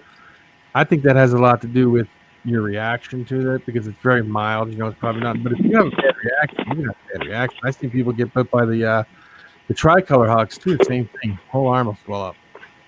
And then other people get nothing. Well, it's probably the people that are like allergic to bee stings really bad. People like that, you know. I mean, yeah. Some people say that. Some people say you can't compare them to bee stings, because bee stings it's like totally different. Well, no, but I mean, I can get it. I don't swell when I get bit by a bee, but yet I don't my kid, he's got to have an EpiPen, dude. You know what I'm saying? So I mean, you know, there's a different. You know what I'm saying? That's like, but I mean, it's like I can roll around a poison ivy. My other kid looks at it, he gets it. Yeah. You know. No, I got you. Now your son Weird. will have to watch out with being around rattlesnakes, because rattlesnake venom and bee venom is very close to one another. I do know that. I've heard that. Yeah, they're very, very closely similar on the breakdown of the chemicals that are in it and stuff like that. So. Yeah. Some fancy stuff, but yeah. Yeah. Well, it's like a false water cobra, you know. Them things are awesome too, dude. Yeah, now I've seen videos of false water cobras biting a rat and a rat dying within minutes. Right. So Dylan has some. Yeah. He has some beautiful ones. I think I would like that. If I wanted to get a good klubert, that's what I could get. Because they're more flighty like my retics, you know what I mean? So, you still have your hog nose things? You want to get something really cool? Get a tiger rat snake. That'll keep you on your toes. Yeah. Or them things are like maniacs. Or what was the other one there? The Crebos, the yellowhead Crebos or something. They're pretty nice. Crebos. Yeah. Now the Crebos are pretty cool. See, but the Crebos, when they bite, they have a real strong, powerful bite, like a real hard bite. You know, it's a good grippy bite. You know. Right. But the tiger rat snake is just fast. It would bite you like 5 times. You'd be like, "Did I see something move?" You know. Yeah. That's the part I hate the most, too. If you want to keep venomous, get you a tiger rat snake first. If you can handle it for a year without getting bit, you're ready. Yeah, you're good. You're good to go, then. And I know a lot of keepers do stuff like that. They tell you to work with something that's really fast like that before you get a venomous, you know? Yeah, there's another one, too. Isn't there like an indigo or something they say they keep or something? Something like that. Yeah, that's like that. The Crebo. The Crebo. The yellow-tailed Crebo is similar to the same thing. D said what? Yoga? I'm not sure what them are. I know but I know a lot of venomous people will start off with a tiger rat snake because they'll turn right back in your face. They're fast. Then you get stuck in a position where you're like, I hope it don't bite me. I hope it don't bite me in the face. You know. That's great. Yeah, I mean, but that's good practice, you know. I mean, I mean. So, what do you like? You guys got anything in particular you're breeding this year that you're excited about, or anything? I got a couple of females that I'm hoping for the best on. It'll be my first year, so it's kind of my experimental year. Not experimental year, but my learning year, I'll call it. And I just want to go through the process before I get way into something, you know. Yeah. But yeah, so I'm just excited for anything. Yeah. Yeah, like me, when I breed the ball pythons, I don't know, since you've never done it before, you definitely want to every so many days, put that male in there with her. Mhm. And leave them in there until they stop blocking. Like the female will go to one side, the male will go to another, and then it's time to feed again. That's what I did, over and over and over again until you put them in there, and then they don't lock no more. Then it's done, and then you'll see them ovulate and usually go from there. Mangrove snakes, yes, and the cat eye snakes, very cool, rear fang. Yes. I've seen some pretty vicious mangrove snake bites. I've seen some mangrove snakes. Those are cool, man. I've seen people get bit by Right, mangrove snakes and swell up and turn black and blue and blood blisters, Oh, the yeah. whole 9 yards. Some people it doesn't affect so also, much, but some people it's nasty. I've seen a write up, the individual. Yeah, people talking about like the hognose snakes not being bad, but study, and they did hognose snakes. People are saying hognose snakes ain't a big deal, nothing to worry about. But he had, I was never allowed to release it because of the patients that were in it. Their names were in there and all that, and they had pictures of people that got bit by just regular Western hognose snakes, and their skin would blister up like if you got bit by something like a rattlesnake. You get big blisters and the skin sloughs off and stuff like the same thing. All the way, like they get bit on the hand and all the way up to their shoulder, and they had big pockets of pus, and their skin would fall off, and they had big holes in it, and like blisters. Just same exact thing. And he's like, and people argue with him saying hognose snakes are not venomous, and he's like, and here's the proof right here. It does the same exact thing as it does if you got bit by a rattlesnake. It's just, and you don't want to hear the chewing thing or nothing like that. Right. It just depends on what kind of mode they're in, because once they're in a mode of feeding, they start salivating from the mouth, and that's where the venom is at. And if it bites you, it's getting in you, and you're in trouble. Justin, do you want to know what your pairings are going to be this year if you do breed? I'm not even sure yet. I'm not sure. I don't know if the champagne's going to be big enough. But I'm sure I'll throw the pinstripe to one of them and maybe get just some lemon blast maybe or something. How big is your champagne? I haven't even actually weighed him in a little while. He's pretty new. He's about to shed. He's probably, 300-400 grams maybe. Yeah, you could lock him up. I guarantee it. Yeah. He looked bigger than that. I figured he was bigger than 300-400 grams. Probably is. I haven't weighed him in a while. I thought he was like about 600 grams. I mean, just looking at him, it's hard to tell on video sometimes too. Some snakes look big, then they're like, really? Yeah, no, you can. I guarantee he's. You check him and see if he's got sperm plugs for one. And if he's got sperm plugs, he's definitely big enough. I've seen him get sperm plugs at 300-400 grams easy. Oh yeah, I've heard the males you can get it pretty easy. Yeah, but I have like the Ghost Mojave spider male that I thought it was a female, but now I might as well throw it to something and see what comes out. I don't know. Never to breed a champagne and a spider together. Yeah. A lot of people don't know that when they're first. I don't know. Both of mine are both males, so yeah. Oh, yeah. Yep. There you go. He said champagne pins are cool. So. Yep. Yeah. When I first bought the thing, I thought that one was a female, but it ended up to be a male. Yeah, he says with the spider in it. 400 grams. It should be ready. Yeah, that's right. Yeah, that's what I said. A male of 400 grams, definitely ready. You got people like Mutation Creation up there in Canada. He breeds his females. He starts breeding them at 1,200 grams. Right. 1,200 grams female, he starts breeding them. It's even has a write up on it. Because again, in the wild they start producing it, 900 grams. But I don't know if I'd recommend that. But 1,200 grams, you can get a 1,200 gram snake up to 1,200 grams pretty easy. Yeah, it's not like it's years down the road or nothing. Yeah, the one female I have is about, I think, 1,900 grams, and the other one's over 2,000 grams. Yeah. They're ready. And it's funny today when I opened it, I went and checked on every day. Both females were wrapped around the bowl. Yep, that's a good sign. Yes, very good sign. Yep, both of them were. And then mine's been bull wrapping hard, and but I'm not breeding them, so. It was just so weird because when I was looking, I looked through all the time, and it was funny because it was just both females are both fangs.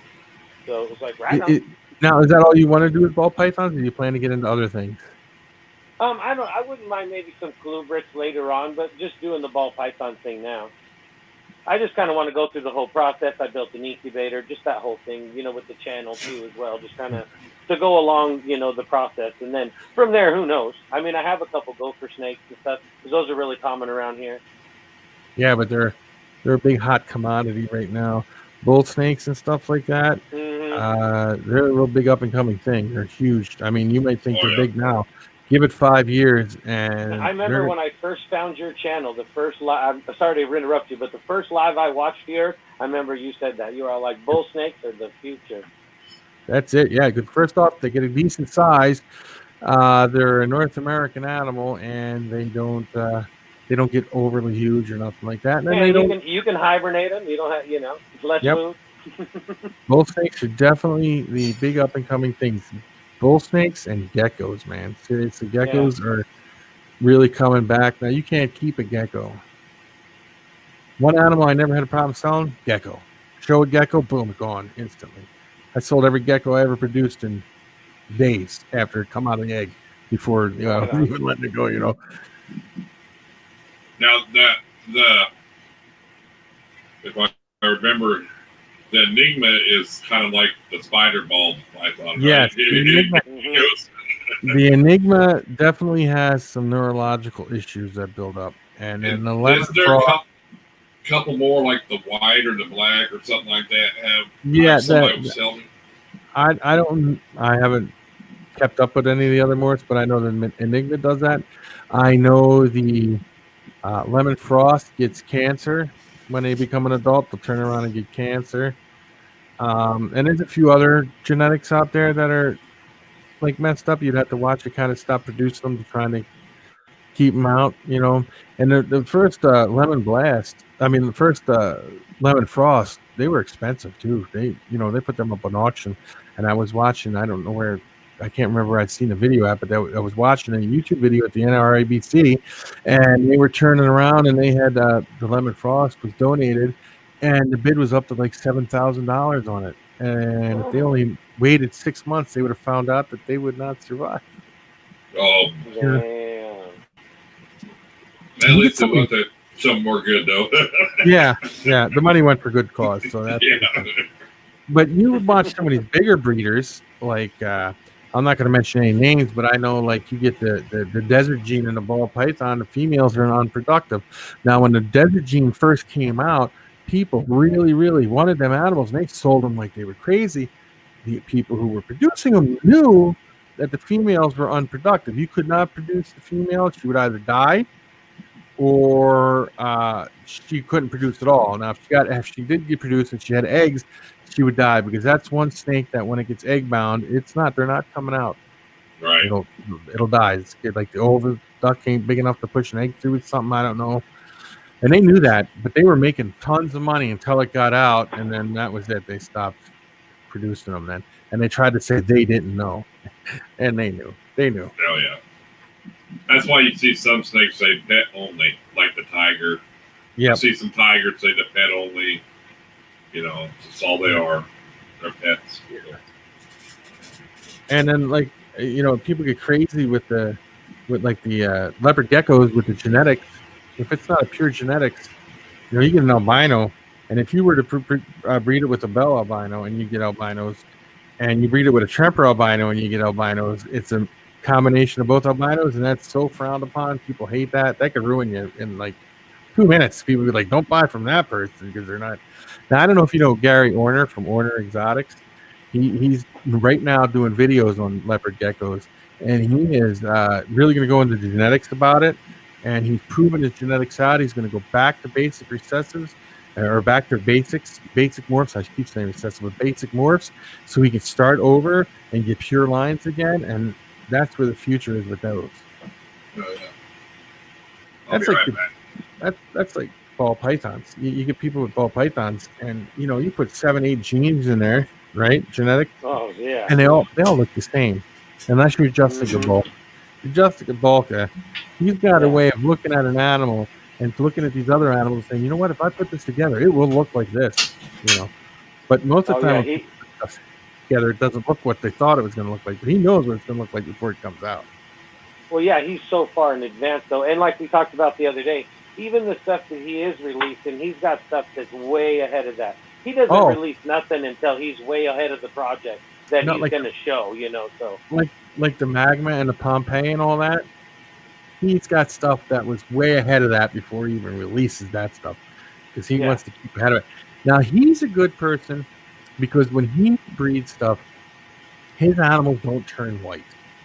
You get these other people who, well, I put this gene together and that gene, and you get like 10 recessive genes in there, and it's just a white animal with a little bit of markings on it. I think that's a huge goal for a lot of breeders. They all want that white snake, and it is popular within the pet community as far as people wanting the white snake. But it's crazy. You work so hard, and then all of a sudden it's just a white snake after that, and it can have just 5 or 6 beautiful genes in it, and you'll never know. You know? What's good for those animals though, if you bred it to a normal and they're all, and you could possibly get 5 or 6 different genes. Yeah, you can get them all out of there. Yeah. But now you got people like Jessica Volka though who does it, and his animals, there's color to him. They're great looking. He knows what he's doing when it comes. Him and Miguel from craziness from Always Evolving Pythons, another one. He definitely has when he knows what he's doing, and he's got it together where they look great. And he's not afraid to tell you that he's put a few of them out there at 800, 900, 1,000 grams, and they went. Yeah. Oh yeah. He's pretty open about everything. So. No, well, like these balls said here, it's so hard to avoid a white snake, but I know it's not a big deal to I like the white snakes, I really do. I like blue-eyed Lucies, I like regular leucistics, and stuff like that. But what I'm saying is you add 5 genes to a snake, most of them turn out white. They do. They turn out like white with gray lines on them or something. Where Justin and Volka gets them, and they're like bright yellows or bright reds or something. It's like, what the hell did you do to make that one not come out like that? Like a white. But see, Justin Volka's got a talent for looking at snakes and knowing what genetics to put that will not produce that white snake. He knows what he's doing when it comes to that.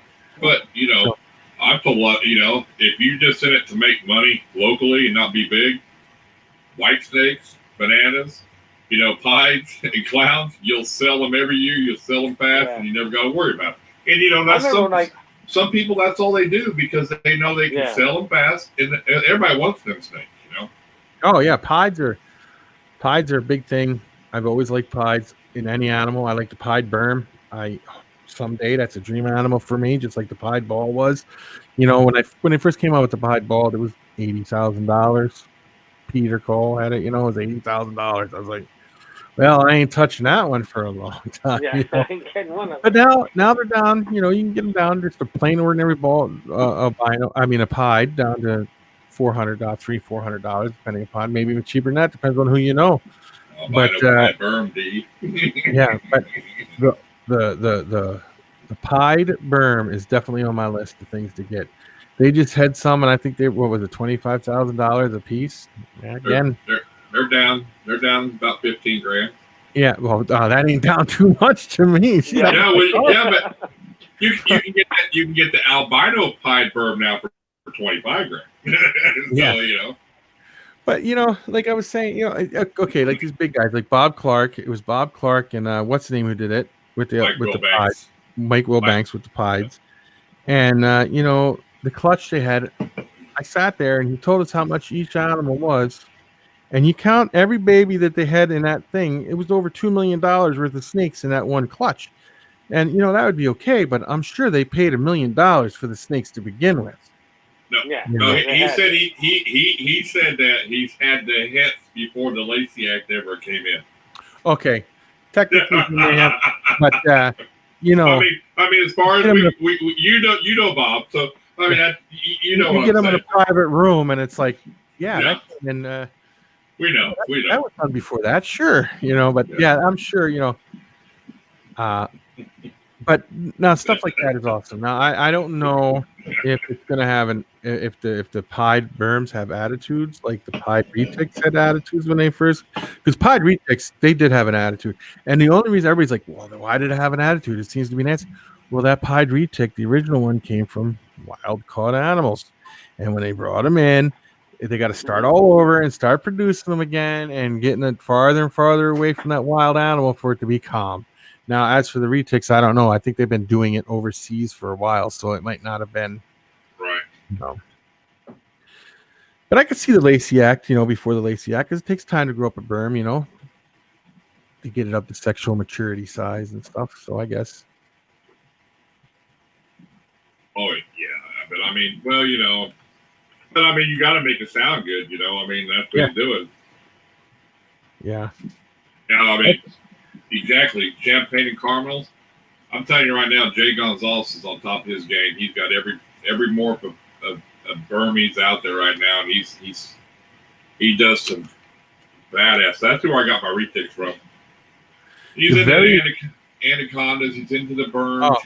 He's into the caimans, ball pythons. And his shop, dude, is all white and it is clean. I mean, whew. That's what I like to see. I like to go into a place and see it's spotlessly clean. I don't keep mine spotlessly clean, but I like going to a place and seeing it spotlessly clean. It makes me have respect for that keeper because I know how tough it is to keep the animal and then to keep the place clean on top of it all. Like mutation creation, you could probably eat off the floor up there. Do you see how clean that place is? I'm serious. I mean, it's crazy.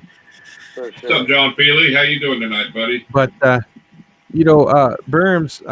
The very first snake I ever owned was a berm. And I remember going out when I was a kid. I went to the pet store. They were like $50 back then. I saved up all my money and I bought that. Had no idea how big it got. Had no idea I didn't know anything about it. It was just this little snake and it grew really big. But yeah, that was my first. That was it. That's the one thing I had. And then, then I went like to retics and boas and stuff like that. I used to have a pretty good sized place in Philadelphia there for a while.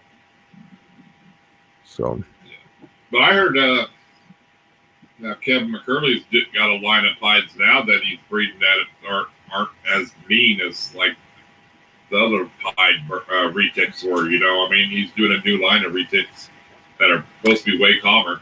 Yeah, I suppose they've been around for 10, 15 years now or longer. I don't even know I don't remember when they came out, but right. They give you breed them, and it breeds the nastiness out of them. Yeah. Because after a while, it just slowly. That's with anything, though. Mr. Feely, how are you doing, sir? John Feely's a good guy. Yes, he is. But yeah, now, how far are you out from breeding your retics? Probably 2 years. 2 years? And what exactly kind of retics you have? Are they just normal, or are they? I have a Phantom orange ghost stripe, and I got let me take that back. I got a golden child, orange ghost stripe, possible black child, and I got a purple Phantom. So they'll make cows. Yes, cows are pretty cool. I like those. So that'll be my first trade. Will be making cows, and then Phantoms, orange ghost stripes, all that good stuff that can come out of there. So really excited about the cows. That's kind of how I got it. I was wanting to buy a cow.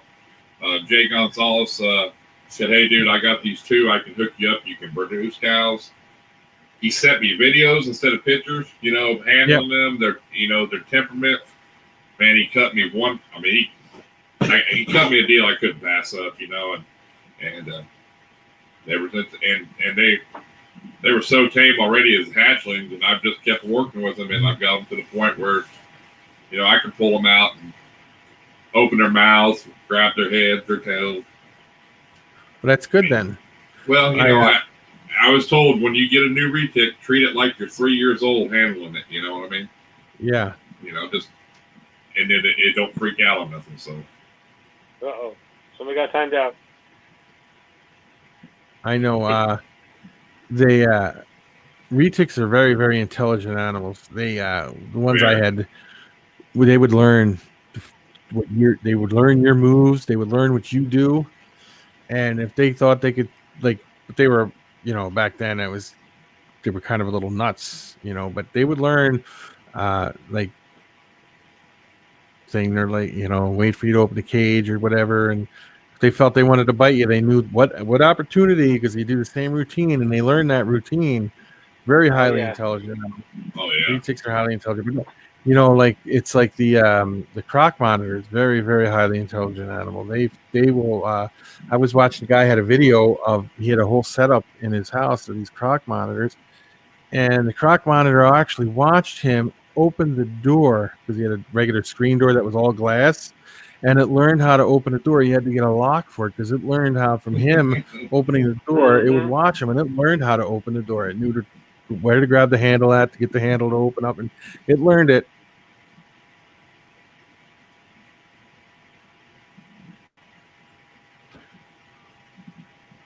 Yeah, they are very intelligent animals.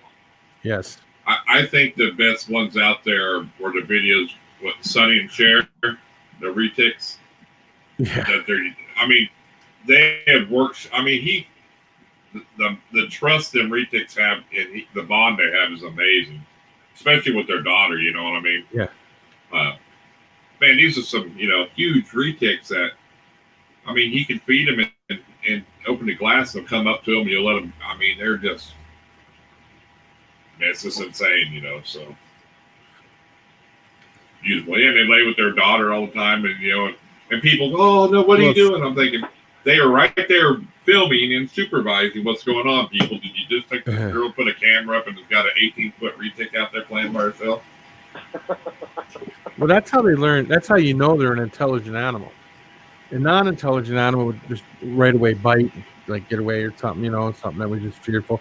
But an animal that has earned your trust and shows their intelligence by just being like, well, they're not going to hurt me. I know I'm good. I have nothing to fear here, I do, D. I need to get some burns from you is what I need to do.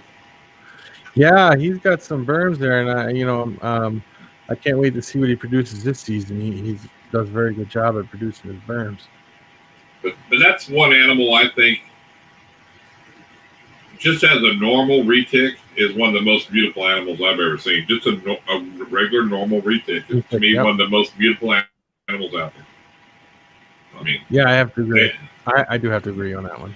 They are. And if you keep them right and they shed right, the iridescence on retics is amazing, dude. Yeah. I mean, they're just. Yeah, I know. We used to have them in a pet store too, but nobody would ever try to buy them. It would take a while to sell a retic. It's snapping at the glass nonstop, Oh, they were, dude. I mean, they were straight freaking mean. I mean, that's because they were wildlife. I mean, yeah, nasty. And then back in the day, I don't know, when we would get them in a store, even if you got babies, they would go out and collect the babies too. Just send you back boxes of baby retics, and they would have all kinds of problems with them. They would very rarely did they make it. It was kind of crazy how back then even reptile hobby even grew because of all the problems that they really had with stuff when it came in. Back in the day, you go back 35 years, ball pythons were considered the junk snakes of the freaking hobby. They would get them in, they would be like, well, yeah, $20, it's yours, take it. You get a berm back then, they were a little more money because people wanted the bigger stuff. Now the ball pythons come back and it's totally rewritten. Wasn't for the ball python, I don't think the hobby would be here where it's at right now. The ball pythons have definitely ball pythons and berms have definitely made people change the way they do things. Except for now you got like Jay Brewer there with all the different morphs of retics and stuff. Now he's doing things with the retics that they did with the balls. It's just it's crazy where they can go, how they can get stuff and just change the way it looks. Oh yeah, it's funny. You watch one of his videos, every one of his videos. Oh, world's first. I mean, yeah. It's like, okay, this is a platinum golden child with 130 other bolts in it. I was gonna say, but that's the flip side of it. He don't even know what's in them damn things half the time anymore. I mean, I've heard him say he said this thing's got so many genetics in it. He's not even sure. Yeah. He's got to ask Tim. Yeah, he does ask Tim a lot. He does ask Tim constantly. Tim Riley knows his stuff when it comes out because he's the one that's breeding everything. He knows. Now, a lot of people get upset because he cuts his eggs the way he does and he pulls them out. Well, you got to understand something. A retic egg is kind of thick. They're kind of thick. And if you didn't cut them, I would say out of 100 eggs, maybe 10 would hatch properly. That's how bad the odds could be if it's not done right. And he pulls them out, gets sometimes the egg. They don't pull their head out. They're only babies, John Feely, I agree. And my goal is to make a cow, super dwarf cow. That is my goal. That'll be awesome to see. But I know it'll be done. It'll be done before I do it, because Garrett right now's got. Yeah. He's got like the cow walk. He's got the phantoms already. So, but damn, they're gonna be beautiful. Can you imagine a 6-foot cow? Yeah. I don't. Here's the way I look at breeding stuff. I don't care if this person over here produced it before I did, or this person over here has a bunch of them. It's my personal goal to do it, and if I do it, that's what I want to do. That's my goal. That's like you hear these people talk about like how they do things, how they and they get all complicated and follow these formulas and all that when it comes to breeding animals and stuff. And I tell them, keep it simple, stupid. If you keep it simple, stupid, you do a little research. Sure. You don't have to follow people say you got to follow this, you got to follow. No, I find if you could dial it in to make it work for yourself, and that's the truth. Right. Like with the discus fish down here, people swore you would never be able to do that. I got discus fish. I was breeding them within a year. I was like, see, now I got all these fry and all these bait. Well, what do you got to say about that? Can't do it. I did it. Something wrong with Morris. How you doing, buddy? Yeah, I mean, exactly. Exactly. If you're out there trying to chase the next big guy, you're going to fail. To me. Yeah, no, you don't. You need to have your own path, your own thing. Yep. Oh yeah. You don't follow someone else's dreams. You follow your own. Yeah. And you will always be successful if you do what you want to do and not what other people are doing. Yeah. Unless what they're doing is what you want to do. That's different. But don't jump into this game thinking, well, if I spend $5,000 on this animal, $5,000 on that animal, I'll be up there with him, because you spend $10,000 on these animals. Well, there's people out there already have them animals. Mm-hmm. Yeah, lots of people. Exactly. I mean, it's true. I mean, if you think you're the only one that's got it, you ain't. End up doing. You just, and you know what I would like to see more people do? I don't know if. What's that? I don't know if you guys agree with me on this, but I think I would feel better if people would pick a morph that they like and took it to the next level, just that morph, instead of, well, I got this and I got that and I got this, like 50 different morphs. If they just took one of their favorite morphs and worked with it and made strides with that morph, you would be the guy they went to just to buy that morph, and they wouldn't go to Joe Schmo over here or nothing like that. They would go to you. Gomez is like that a lot. Gomez is Okay. like that with his candy. That's about all he works with, I think, is candy. Yeah, I got candy Yeah. too. I'd have to do leopard. And then I just have to do the leopard jeans. I love leopard. I mean, I think leopard goes good with everything, though. That's like, and then people, you got to be careful. I'm not one to go jump on a new morph either, because you don't know how well that's going to play out. Like, you get these caramel albino ball pythons, right? People never told you is you might get one straight one out of it, but you get 10 kinks on the other ones. And some of them kinks look like a pile of chains laying there. That's how bad they're kinked up. They found out, part of that's due to incubation temperatures, lower temperatures, prevents a lot of the kinking. Same with like the black pastel. You breed black pastel to black pastel, you can get kinking. But the caramel albino, I don't know. There's some horrible pictures of how kinked up caramel albinos get. And you get these bigger breeders.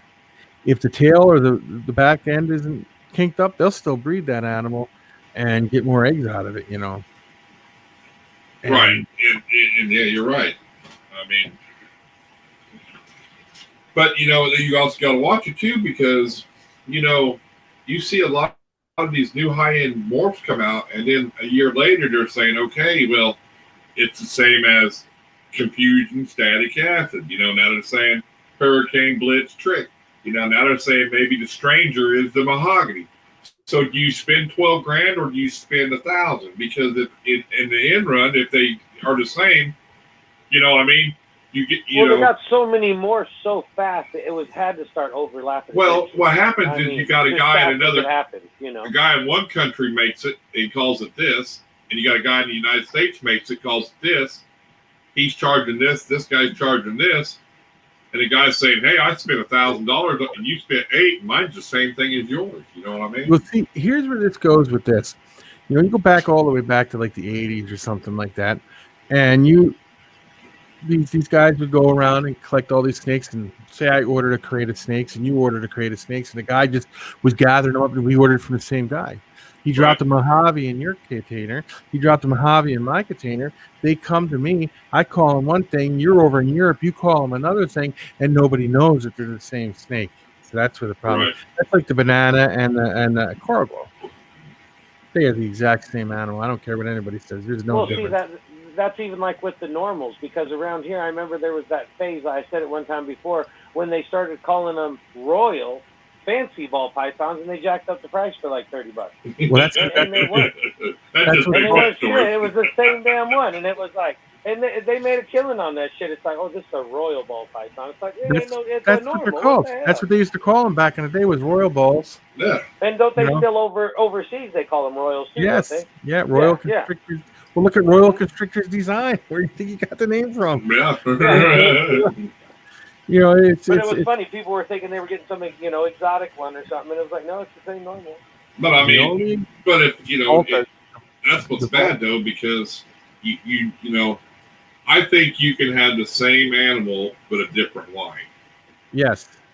And so that's where the price is going to go. Okay, this $1,000 snake is going to go up. The high end is going to come down to they meet somewhere here. It'll just be two different lines.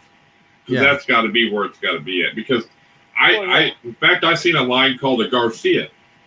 I asked Troy if that's the best ball. I said, "What's a Garcia, dude?" He goes, "It's a line of chocolate." I said, "Okay, thank you." I didn't know that. You know, I mean, he was the one that had it for sale. I'm like, "What the hell? I don't know what a Garcia is," and and he told me. You want to get something cool? Get the Sub-Saharan or the Volta. Both basically the same thing. They are the same thing. Sub-Saharan and Volta ball python. I don't know if you ever seen them. I'm not sure. Is that the bigger ones? They look like a normal ball python, but they're huge. Yeah, they're a Volta. Yeah. Now people are getting them and working with them and trying to make albinos, Voltas and like Mojave Voltas and all that. And they're just really, really large. Yeah, they're just huge ball python. It's crazy. You get some of these breeders who have regular ball pythons, and they're like 10,000 grams or something like that. They're Voltas. They just don't know it, Oh yeah. So. And they probably get a little longer too, don't they? Huh? What do you mean? They live? What did you say? No, do they get a little longer? Oh yeah, they're huge. They're just downright large ball python compared to a normal ball python. Because I remember back in the day, we had a ball python, me and my buddy, and it was almost 6 foot. It was like 6 foot, dude. No lie.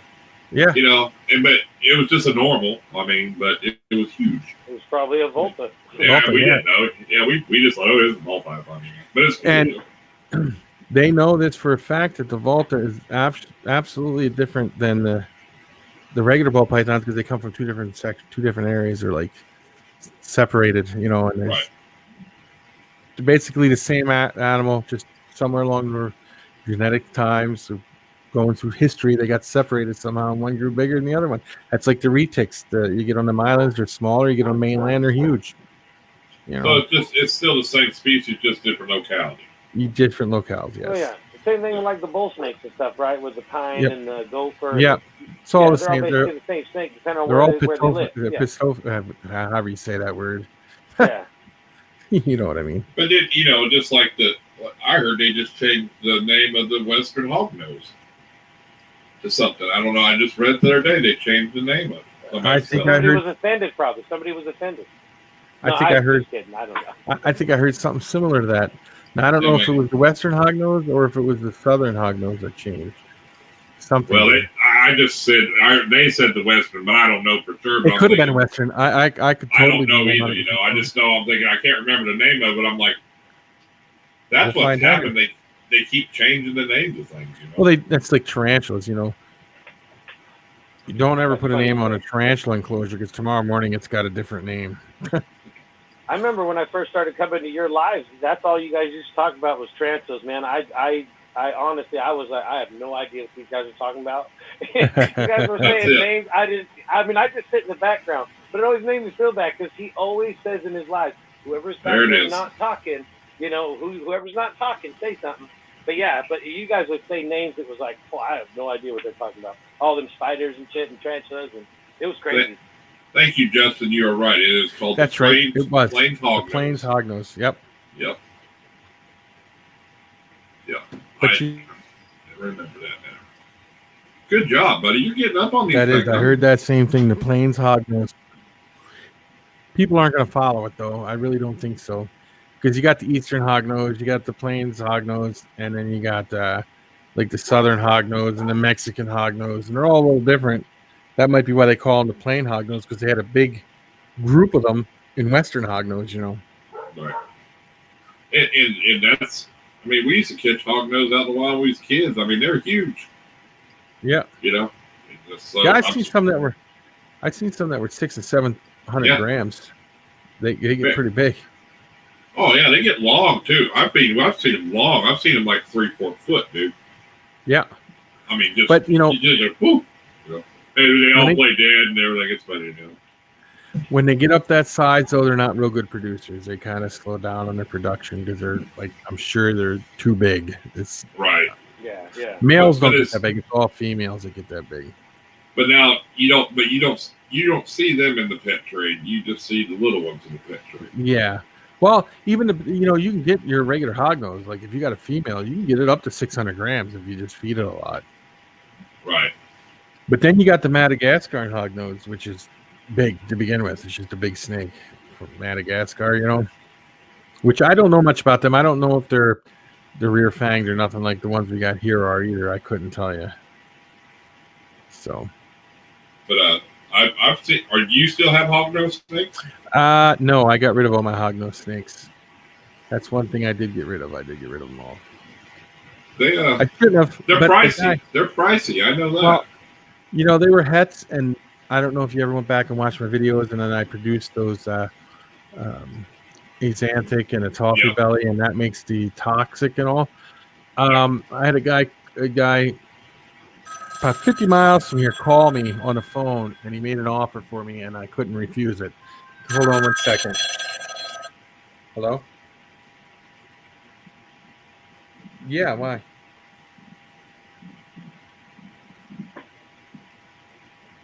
Sure. Yeah, he'll be there.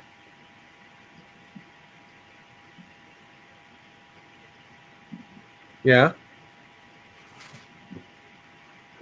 I'll be right back. Yep. Okay.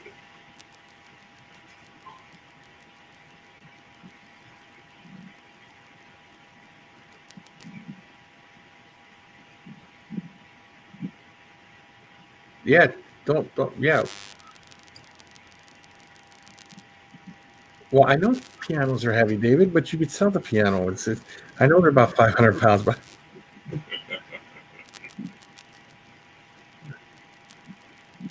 Yeah, that's what you got. Yeah, Andrew will be there.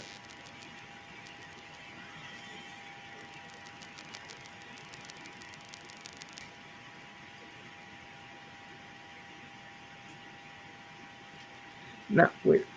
Is this a regular piano, or is this like one of them old time, not 1800s pianos?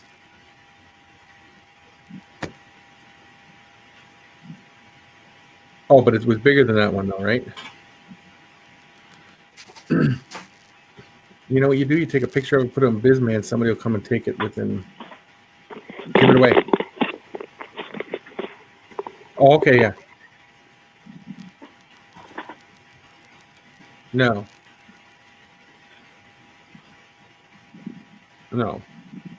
Yeah, Andrew will be there. All right. Talk to you later. Bye. Oh, children and their problems. My son he's buying a Yeah. house, and the people that he's buying the house from called him on the phone and is like, look, we're going to give you like $500. We're leaving a piano there. And he goes out and looks at this piano, and this is one of them great big old 1,000-pound old pianos. So he wants to know if my other son's going to be there, his brother, to help him carry it, to get it out in the garage till somebody come and get it. Oh, Did any of you catch these balls video the other day when he got gifted to him? yes. No, you got to introduce me to your friends, Dylan. I need to know them. No, that's a great friend that helps you out like that. That's man, gave him a Freedom Breeders rack to come over and get it, and it fit right in his corner. It was nice. It looks great. It looks great. Now, me, I wouldn't have a problem gifting somebody an animal or something that I produced or something. But with something like that would be that's above and beyond what someone else would do, But if anybody around me has a rack that they need me to take, I'll take it. Yeah. He said he'd already had a girl lay clutching that rack already. He said, "Oh, that's awesome! You already broke it in." Yeah. Oh, it looks great too in the corner. It fit just perfect. That's cool though that he got. That's one hell of pay it forward, but that's cool that somebody did that. That's a good friend of yours, dude, to have somebody like that. So. My door flew open with the wind. Hold on, I'll be right back. I'm only going right over here. 2 seconds. I didn't go nowhere. I'm right here. Y'all ask him if he's not wearing pants while he blacked out the screen. That's why. That's what. He don't have no pants. Uh-oh. My pieball with the side. This is domination, pieball, and then one and more for that.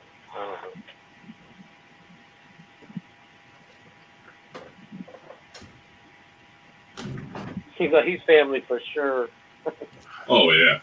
Sorry about that. I just don't want my screen door to fly off in the wind. I told everybody don't worry. He's got pants on. He just always blocks his camera. Yeah. But as soon as he came back the other day from his last payment, he knew they were going to ask that question. I knew it too. I was like, people are going to ask me, "Did you close the camera because you're not wearing pants or something?" I knew that. I knew it right away. Yeah, that was funny. It's a twister and a Speedo. Yeah, Youper. If I left that open, you would have seen the Speedo, and we didn't want that now, did we? He'll build you a pole. That's funny. Any topics that you guys want to talk about other than what we're talking about now? Or anything? Yeah, that's awesome. Oh hell, this is what I like. I mean, anybody got any questions for Andrew out there in the chat? Hell, if they do, ask him. Yeah, so there you go. you didn't breed this year, but you're gonna breed ball pythons and stuff again, and then what else? Like the geckos, I'm gonna definitely get into the geckos again. I got rid of the fish because I remember when I first met you, I think you were getting rid of a bunch of ball pythons. You were downsizing a bunch. So I downsized a lot. No, I still got a few. I did downsize a lot, but like the fish, I got rid of the fish because I did what I said I was going to do, prove a point, and then I decided that was it. They had to go. People said it couldn't be done. Fish are time consuming. Well, just a discus fish. People say you can't do that. And I'd say 9 out of 10 people who try to breed discus fish are non-successful with it. But that's with anything. But like I said, I've been very lucky when it comes to breeding stuff. If you do your research on the animal, where it comes from, and you can produce that just a little bit. Hey, Andrew, that door flew open again. Could you see what's going on?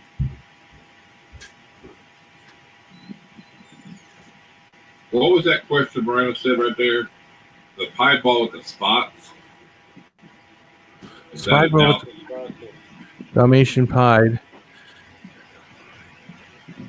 Never heard of it. I'll be honest, never heard of it. I'm not sure either. Yeah, I didn't know what he was even trying to. Wasn't sure. I was like, I don't know. Maybe somebody else does. Now, are you talking to who? You talking to, Dylan? With that question, that's a good question. I don't have any anticipated clutch at the moment. I'm not. The only one I got going this year is hopefully my dinker girl to prove out to see what she is, since she didn't. She slugged down on me this year. So, Hey, Rob, thanks for coming in. Rob, how are you doing, buddy? What's up, Rob? Just to prove to Hi, see what she Rando. is. Nobody knows what she is, so. Did you get hit with those storms, Irondogg? Randall asked if you got hit by any storms. Yeah, we got a bunch of rain and stuff, but I didn't get no tornadoes here. She's down in We got Tennessee. pounded by rain. It cooled it off, though, that's for sure. We ain't got that 100-degree weather, so. It's definitely cooling off. Like I said, it's cooling off up here pretty good. So, you know, I like doing these like this, like what you're doing right here. You know, like we were talking before we started. I like having people on. Like I do my live streams. I'll have one person on once in a while, but I would like to get you guys on my channel once, if that would be, you know, maybe another person or something. For sure. Yeah, great to have you guys on there. It's just great, you know. Like there's times we talk, I forget about the chat, and I'm like, oh Yeah, shit. it happens a lot, yeah. But then you look over and there's 2 or 3 conversations in the chat, you know. So it's great, you know. It's great though. I don't. There's a few things I try never to talk about on my channel, which is politics, because that can make 2 friends hate each other really quick. In a second, yeah. And yeah, because if you don't agree with me, then you just shut up. Yeah. and like COVID-19 is okay to talk about if it's reptile related, but if it's other things, you know, people get all touchy about that, and I get heated about that too. And you know, I have a friend who's a very good friend of mine, and I cherished her friendship to no end. Him and I got into a little heated argument the other day over COVID-19, but by the time the conversation was over, we worked it out. Everything was good, you know. We both seen each other's side of views and points to the whole thing, and it's just, you know. So, one of those. Have you heard about Sarah? Is she back home? No, from what I heard, which was earlier today, she's making great strides, but she still has some issues because the blood clot. She had a mini stroke or whatever, and I think she's still pretty much laid up. Rob, she's doing great. She's at work right now. She should be home any minute, so you'll be hearing her come in one of the doors. Here's a question. Why don't y'all wear masks? You look closer than 6 feet on the screen. Oh, yeah, thanks. No, you know, and I think, this is just my opinion, I think that, not to get into the COVID conversation, but I do believe people should wear masks just to protect people. You know, I don't get the whole political. It's political. You're taking my rights away by making me wear a mask, but I have enough respect, and this is what this individual told me too. They have enough respect to wear a mask around other people, so that if they do have it, they don't give it to the other people, you know, or they don't, you know, they're not worried about themselves catching it. But you know yourself how popular and strong football is down here and to Texas for high school. For high school, I mean, if y'all don't understand, our high schools, their football stadiums look like professional stadiums here. That's how big they are. Yes, they do. They're regular stadiums. Yeah, they're regular things. What's up, Venom? And well, these parents complain because their kids couldn't go to school here. You know, they want that virtual. Yeah. So they all went up there. Hey, we want our kids to go to school. Screw this COVID shit. And within the first week of all our schools opening, every school had cases, and they had to shut them back down because now they infected all these kids. You know, now the college here, they're not stopping football. They're going ahead because they're not part of the Big Ten, and it's all about sports here, dude. That's the only reason they're protesting. This stuff, and it's sad. Well, yeah, but we all knew that was going to be the worst part about this is when all the sports and but it's high school sports, dude. This is what they're complaining about because high school is a big deal. It's big, Well, I mean, it's big all the way around. These down kids there should be out doing something anyway, but I mean, you got to do what you got to do, and Yeah, I understand that, but it ain't like it's pro ball or nothing. I mean, Texas, Oklahoma, places like that. I mean, when it's football, high school night, it's shut down. The whole town's there. You know what I mean? Yeah. You go into Tulsa, and their high school football fields are better than some professional football fields. You know that school's serious about their sports. Yeah. Hey, their high school campuses are bigger than most colleges. Yeah. This is no lie, especially like Jinx. I mean, Jinx is like really high dollar, they got towers and all that shit, and it's wild. It's crazy. Yeah, they get passionate about their football down there. That's no joke. So yeah, but I mean, it's just I think that's sad because that they're risking their kids' health over. Take care, Marino. Thanks for stopping in. I think that's it. I mean, I know. I just don't understand it though, because I'll tell you how serious they get down there. When we moved, go ahead, Andrew. Go ahead. When we moved from Manford to here, back up here, they sent a letter to the school. The Manford High School sent a letter to the school that we had to sign that our school did not recruit my son to play football up here to get us to move up here. I'm serious. That's how serious they are down there. And I was like, no, we came here because other reasons. Yep. We didn't come here because just for him to go play football. We had to sign a whole thing.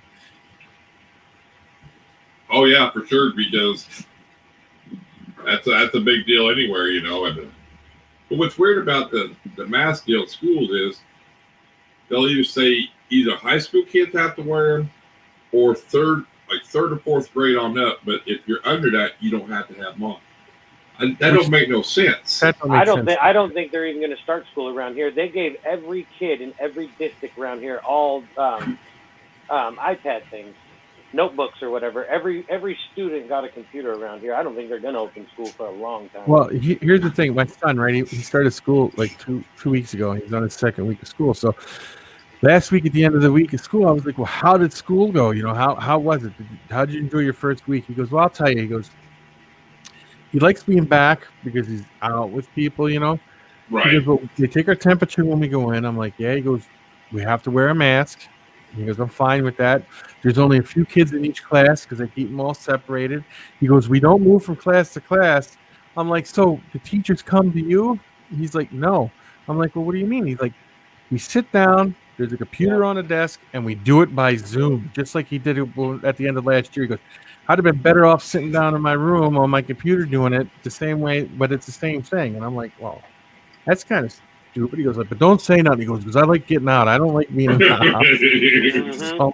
For sure. That's the only benefit to it is the kids are getting out. Well, yeah, but it's a lot of the benefit too is the parents are saying, hey, we need our time too. It's like, then you shouldn't have had kids. But a lot of people rely on the fact that when they're at work, the kids are at school. I mean, they're working around it, so it's not necessarily negative. They really rely on that because because here they said if a parent has to stay home because their kid can't go to school because of COVID, that they made a deal where they have to pay that person to sit home with their kid. Yeah. I don't agree with.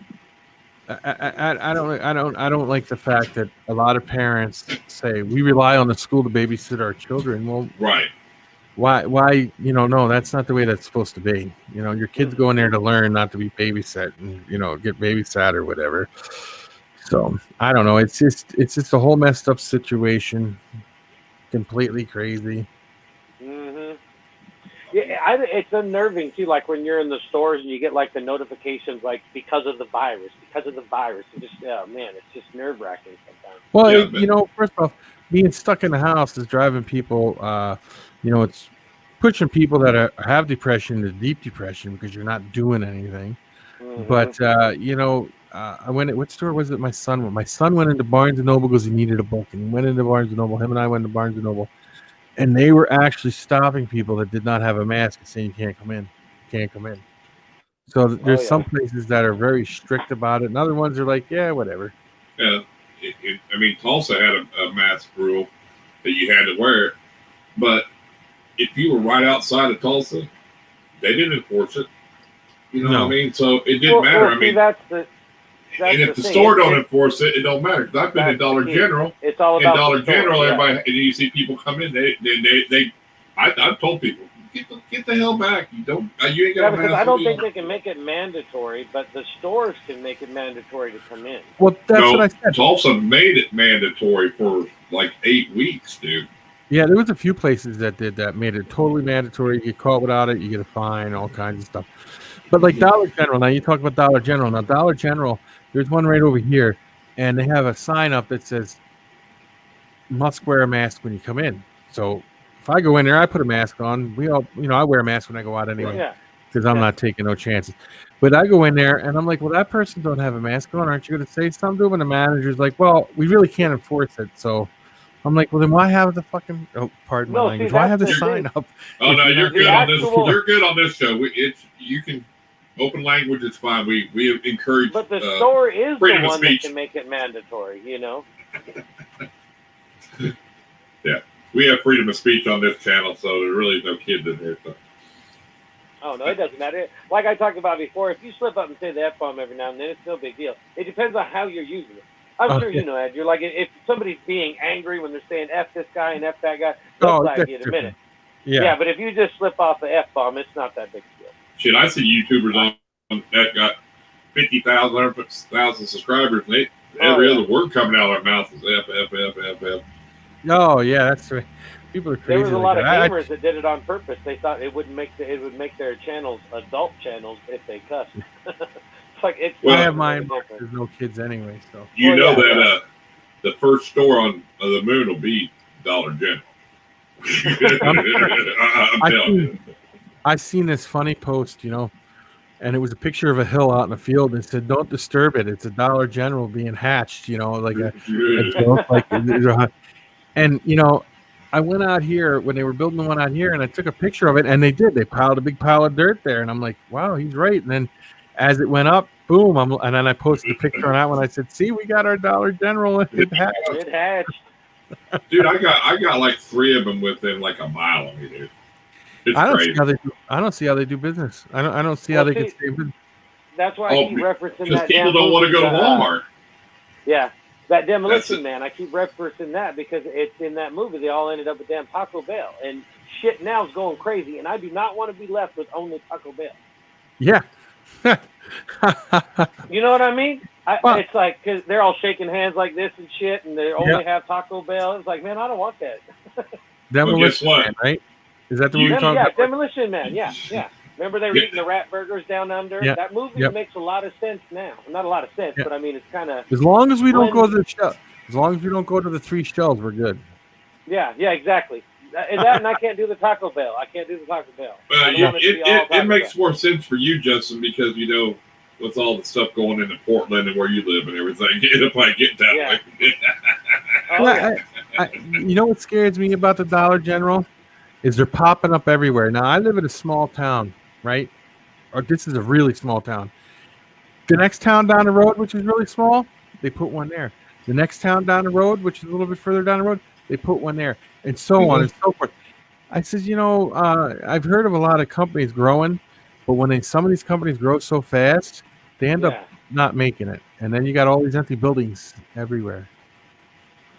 That's the same here, though, but it seems like they're always busy, I mean, they carry more groceries nowadays, too, And I know a lot of people just don't want to go into Walmart. No. I don't like Walmart. They still got movie bins. You got 6 people in there, elbow deep in the damn movie bins. It's like that's half the problem right there. Yeah. But they took all the chairs away where people like to still people would sit on the benches while they're waiting. Yeah, but you still got a pile of movies though they can dig. Yeah, just like that. Yeah, I don't like Walmart. I'm not a big Walmart fan. I never was a big Walmart fan. I prefer to just go to a regular local stores and buy, not local stores maybe per se because I don't have any here, but smaller places. I think you get better things at smaller places. Walmart, I'll tell you something I learned about Walmart now. My mother went to Walmart and she bought a toaster oven, okay? A Ferberware toaster oven. And I'm sitting in her kitchen and it goes on. I'm sitting there and it goes on by itself, flips through all the itself, and I'm like, the hell's going on here? So I unplug it. I called Ferberware on the phone, and I said right off the number, I looked up Ferberware on the computer. I called him on the phone, and I was like, there's something electronically wrong with this. My mom don't want to be in bed and it go on and burn the house down or something. And he goes, read the number off the bottom for me. And I read the number off the bottom. He goes, you bought that at Walmart. And I said, how would you know where I bought that from? He goes, because they paid money just to put our name on products. So if you go in and you buy like a name brand something at Walmart, Walmart stuff is specifically made for Walmart only. That's why you can go into Walmart and buy a $20 DVD player, but you go somewhere else and buy the same exact DVD player and $60, $70. It's because it's specifically made for Walmart. They pay to put the name on it. And the companies get money just to say, you can put my name on there, but nothing goes back to that company. It goes back to Walmart. That's why Walmart says if this breaks, you bring it back to us, because you can't go to the other companies because the other companies have nothing about it. And they're getting big like Amazon too. If you look up stuff, Walmart, they have all them third parties where you can get it from, and then they'll just ship it to you. Yeah. I mean, they're trying to be like Amazon. Well, Walmart is always trying to compete with Amazon, right? But if you go on Amazon, you punch some stuff in, it comes from Walmart to your house. Yeah. But Amazon, I don't have a problem with Amazon. Because they do, if you really watch what you're buying, they do sell some pretty good stuff on there, and it's not bad. I don't have a problem with Amazon. A lot of people have problems with Amazon because he got so big so quick, and they think he stepped on people getting to where he's at now. But no, I think he's a very smart man. He's doing all now. They stopped using a lot of UPS and FedEx in places because they got their own trucks, so they deliver it when everything's so close. I think it's only a matter of time before every state has its own major Amazon warehouse, that there's trucks there that the stuff will get shipped to that warehouse and get sent out. Oh, yeah. And if you got Prime, you can get next day service, dude. I mean, it's awesome. Oh, yeah. I mean, that's great. And it's worth it for the Prime, too, because if you order a couple things a year, it pays for the shipping. Oh, yeah. The shipping that you say pays for your Prime. I use Prime, I order a lot of stuff from Amazon, to be honest with you. You can get a lot of Reptile stuff on there really cheap. And it's pretty good. It pays for itself when you got the Prime. I'm not breeding anything this year, all-time reptiles. I'm kind of taking this season off, so yeah. Alibaba, did you ever hear of Alibaba? Yep. You can go on there and find a snake rack at Alibaba for like $100, and it's a big one, like they got on what's name, but you got to take like 5 of them. Yeah, you got to buy like in bulk. It's a certain amount. But it takes like 4 months to get it from overseas. But if you do that, it's kind of worth it. A lot of stores will buy Alibaba stuff because you have to buy in bulk, and they'll fill their whole stores with it. Now you go on there and you type in snake rack or something like that, you can see some pretty good snake racks for like $300 that are big, like the Freedom Breeder ones, just like those. But you got to buy like 5 of them at a time or 4 of them at a time. But if you had the money to sink in it, you could $2,000. You could have one hell of a snake setup. Well, that's the thing. That you get with a couple other reptile people, it'd be cheap. Yeah, if a whole group of like 4 or 5 people got together and you bought a whole big thing, you could start supplying your own stuff to people. That'd be good to buy if they had rat racks. You think about it, They do. They have rat racks on there. They have. I've looked up everything on there when it comes to reptiles. I mean, like you got them magnetic dishes that stick on the side of your glass for like geckos and stuff. Yeah, you can buy them, but you got to buy them like by the crate. Right. $100, a couple hundred of them. Yeah, but they're like 50 cents a piece instead of right. Oh yeah. $10 a piece. See, told you you'd hear the wife come home, guys. Yeah. Yes, I put the door handle on today. Yeah, but you shut the back door. Yeah, but I think it just opened again just now. Did you check? Oh, did you shut the door all the way? No, I didn't. Andrew did. I'll fix it. Somebody's in trouble. No, the screen door get caught in the wind, and for some reason, when you shut the back door, the handle hits the door and pushes the screen door open. So now I gotta move it. Just yeah, I know that.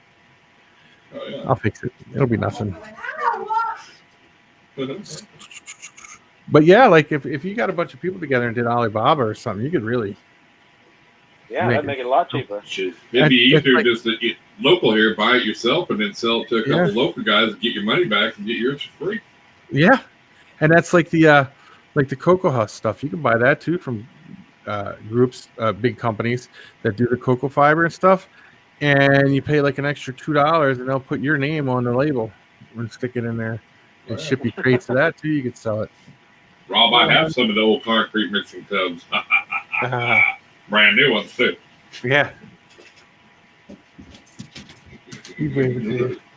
Oh, I'm cold. Leo, stop. Ow, ow, that's my garlic nuts. The dog is jumping on her now. But yeah, no, there's a lot. If a person were to spend time and really shop around, you could find a lot of stuff like that. Except for Wish. No, I wasn't being rude. I missed Oh it. no, I'll get a text later. Yeah. As soon as we get off here, Irondogg will be on the Alabama, that other site, and he'll be like, "Hey, we can get these." Yeah, Hey, yeah, Alibaba. we can sell them on our store. We can sell them on our live stream. Yeah. That's it too. Hey, we got three. We got. Well, back. you know what you do is you get a couple people together and you open up a website and you do just a reptile supply company or something. You know. Let them just do the drop shipping. Yep, the drop shipping. That's all you got to do. That's big time nowadays. That drop shipping stuff. Yeah. Yeah. Especially in these times, for sure. Yeah. But Rob goes, I drive to Oklahoma. You want to sell it? Well, you would get people that would travel places that would just, to pick it up for a cheaper price, Well, yeah. Oh, Like Freedom Breeder, they got beautiful stuff. It's Oh yeah. more than I could put out money for, but it's beautiful equipment. But a lot of that is shipping. You got to pay for shipping. I mean, even when you go to Animal Plastics and you buy them racks and stuff like that, the racks are fairly cheap at Animal Plastics, but it's shipping. But then you can go on Animal or the Plastics. add-ons. I'll Yeah. give you the enclosure for $160, a 4x2. Yeah. But Then by the time do you put all the tape do in you and want everything, heat? yeah. Do you want a lock? Do you want lights? This now you're at I- $300. Then you got to ship it. I seen a deal on some rack place the other day that said because of worldwide Ooh, can't being able to find heat tape, that their production is way behind. way down. I Mhm. didn't know if heat tape was that big a deal right now, but I know a lot of it's made in Korea. Is the bad thing. Yeah, no, I agree. But It's, but enclosures, you yeah, don't need heat tape. You can do heat panels, dude, in your enclosure. Yeah. Now, I was on Animal Plastics and I seen these cages, right? And this would be good for like a retic. They were like 3 foot by 8 foot or 3 foot by 6 foot, or 4 foot or Right. whatever it is. Free shipping, $165. But again, it didn't come with heat or lights or nothing. You have to, but a person like us, I'm sure we would have no problem putting them in ourselves if you got the stuff at home. All right, I can show you. Free shipping though, you can get a lot of extras for the. See that enclosure Yeah. right there? Yeah. It was $240 local. So that's not bad. So it's got thick glass. I got a lock. It's a 2 foot by 2 foot by 4 foot enclosure, 240 and made locally. So time I would have paid the wait time and shipping, I think to me that was a good deal. Now- I mean, If you go to your local like lumber yard and you have any, you person can build them. they just now started carrying it here. We haven't Yeah, been able to get it here. I can't find it here yet. The PVC like that. I can't I could- find it neither. I could order it. This is another thing. I can order it. I was like, oh, wow, I found a place to order it. I'll get a couple sheets and have it shipped. Well, the sheets ain't that much. They're pretty expensive, but they're not too bad. To get it shipped is where they get you. But if you buy like 200 sheets, it's free shipping. I'm like, what the hell am I going to do with 200 sheets of PVC board?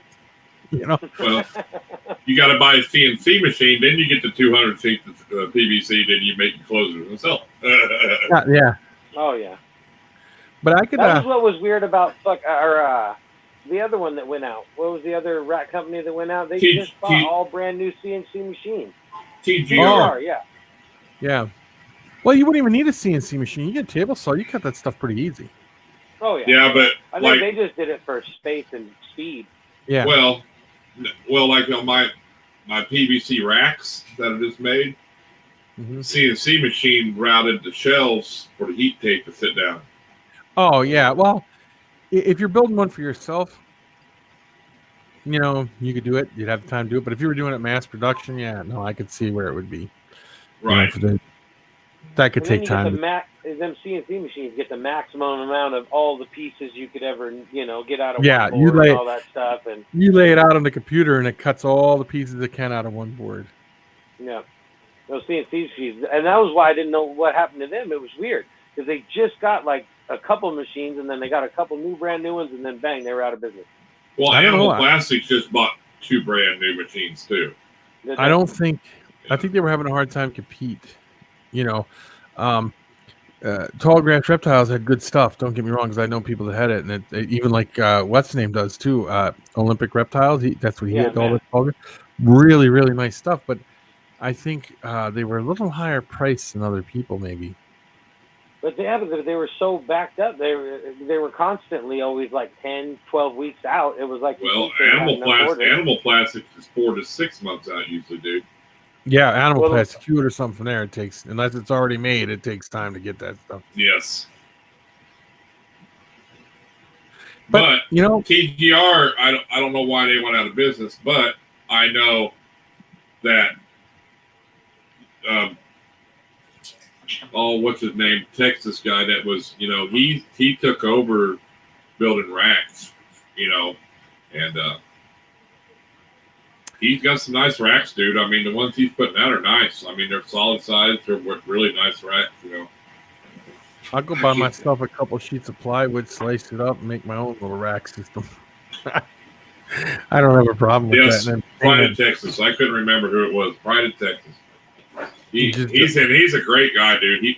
I've known Pride of Texas for a couple of years now, and he makes great racks, dude. The whole problem I have with making your own racks is don't use melamine. No, yeah. Melamine puts off formaldehyde. Now I know there was back early '90s, maybe. A big ball python breeder got this new facility, and they put melamine racks in because it was cheaper for them to build a whole bunch of melamine racks. And production went down the following year, but in the other part of the room, they just added on to their facility. Their old facility, they had all the plastic racks and all that. The production stayed the same, but when they would move the stuff over to the new place, the production went down. So they hired a company to come out and check your environment. I don't know what you would call the company, but they came out and they did air quality tests and all that. And they said, you set these little jars around and then leave them there for 24 hours, close the lid, seal it up, send it to us. They gave them all these things. And they call them on the phone and they're like, where did you have this one sitting at? And they're like, well, we had that in our new melamine racks. And he's like, the formaldehyde level's deadly that was coming off that, and it was the melamine that was doing it. Mm-hmm. And it will slow down your production. Some people think you'd be okay. You might still get good production, but it will affect your animal after a while. And that's melamine, because melamine, they used to make melamine dishes. I don't know if you guys remember melamine dishes you throw in your microwave. Yeah, it ended up being all bad because of the formaldehyde. You go into a new house that's built and they use that particle board and stuff like that, that's all full of formaldehyde too. And you ever get that smell when you go in a new home? That's formaldehyde. Mm-hmm. That's not good for you to be breathing in. It's a toxic waste site. Thanks, Jeremy, for stopping in later. You can use plastic. You can use plywood. You can go to the store and buy that. They have that. It's $19 a sheet, but it's a 4x8 sheet of real thin plastic. It's like white plastic. You put it inside your shower. You can glue that on there, and it wouldn't come off. It'd be just like having PVC. Yeah. Except you have to seal all the corners, of course. But yeah, I've seen people do that. Build plywood boxes and then put their heat elements underneath there, lay that down on top of it, like for your shower enclosure, like you're talking about. Glue it, and then some people if they're doing enclosures for like different reptiles, they use pond sealer, to make it where it won't leak, But you're talking a couple weeks there out when you use shit like that, though, Yeah. Yes, Rob, I do remember the conference. We did talk about that before. But yeah, no, it's crazy some of the stuff that you wouldn't think would affect stuff, but like I never knew until I heard these people talking about it that melamine was made from formaldehyde. I had no idea.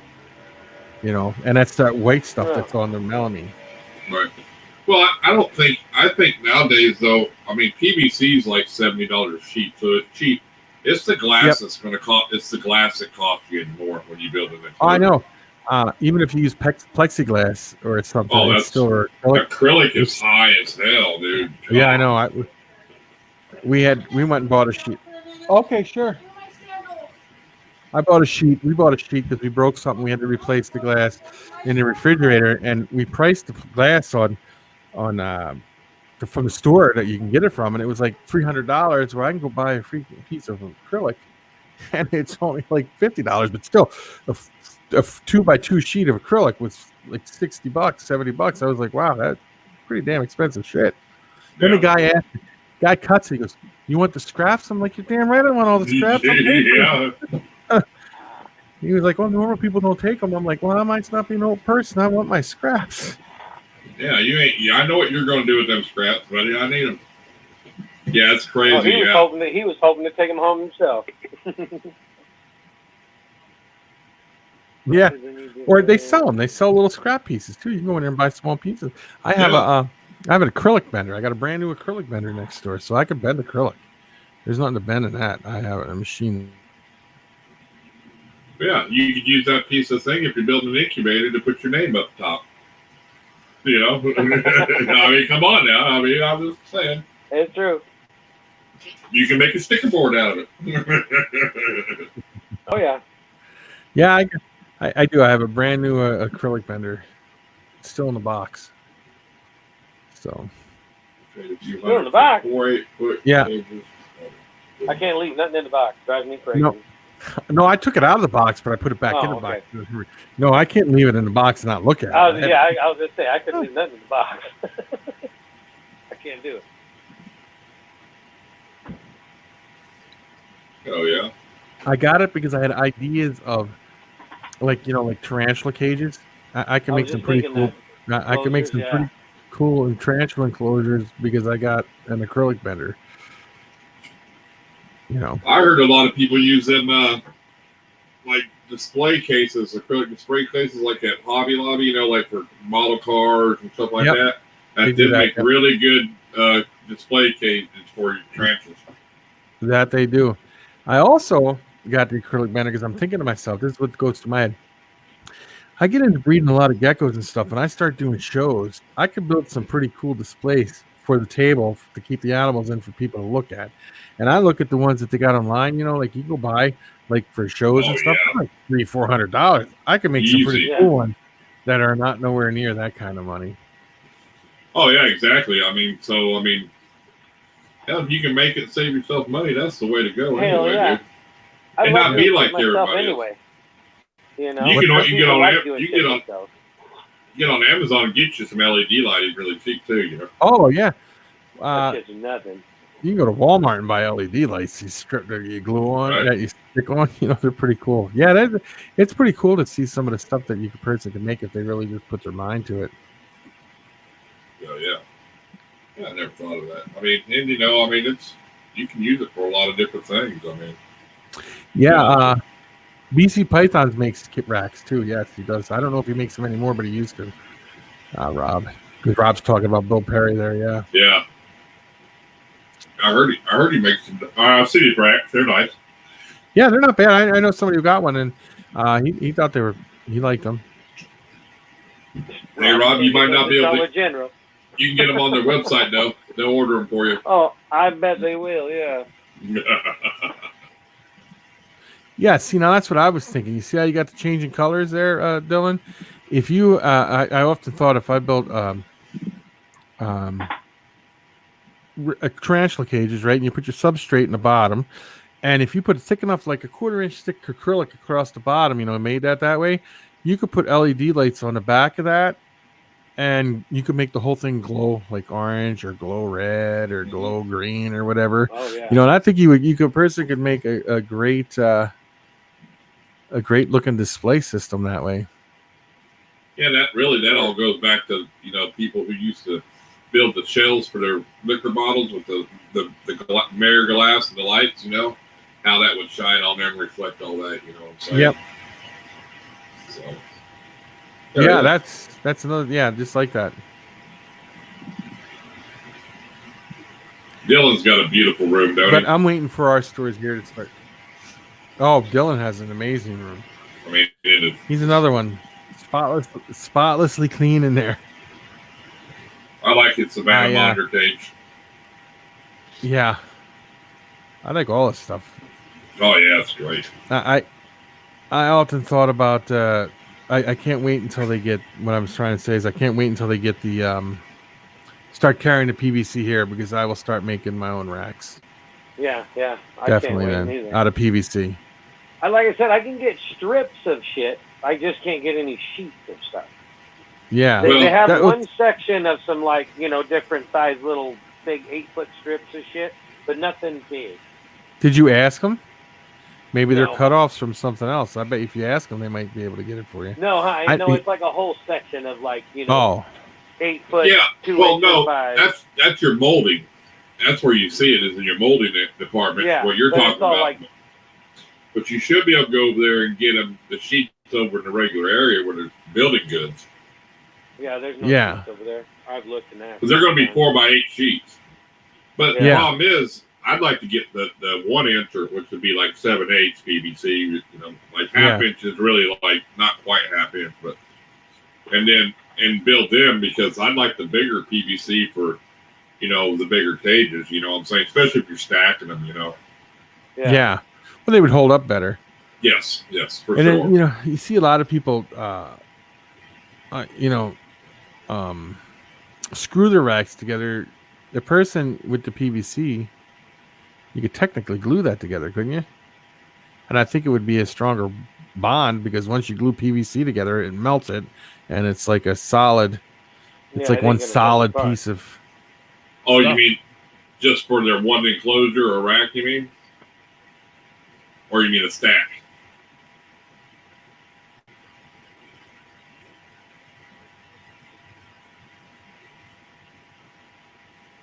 Did we lose them?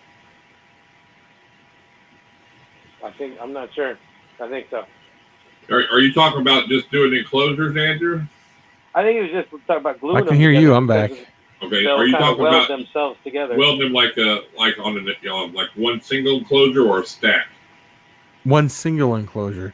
You take a closure, you build it, but you glue it with the PVC glue that would melt it together and make it a solid thing, and that would probably be pretty sturdy. Yeah, I used the guy gave me some when I got it.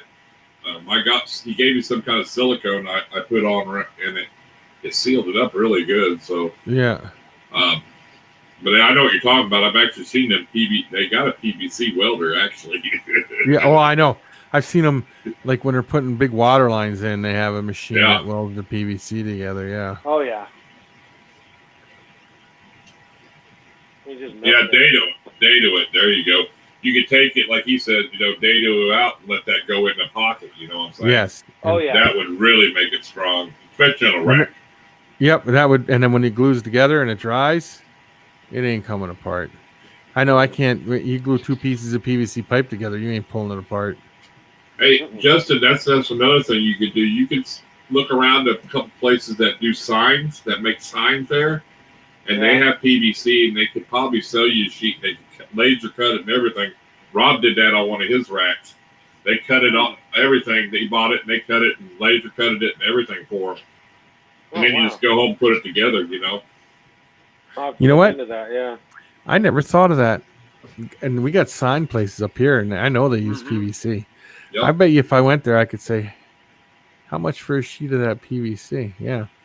And even if they charge you $100, a little bit more. Yeah. Oh, yeah. He said they cut all his with the laser and everything, dude. Yeah. So it's not like a salt. So it was really good cuts, Yeah. Yeah, that's a good idea. I never even thought of it. Rob, you're thinking, buddy.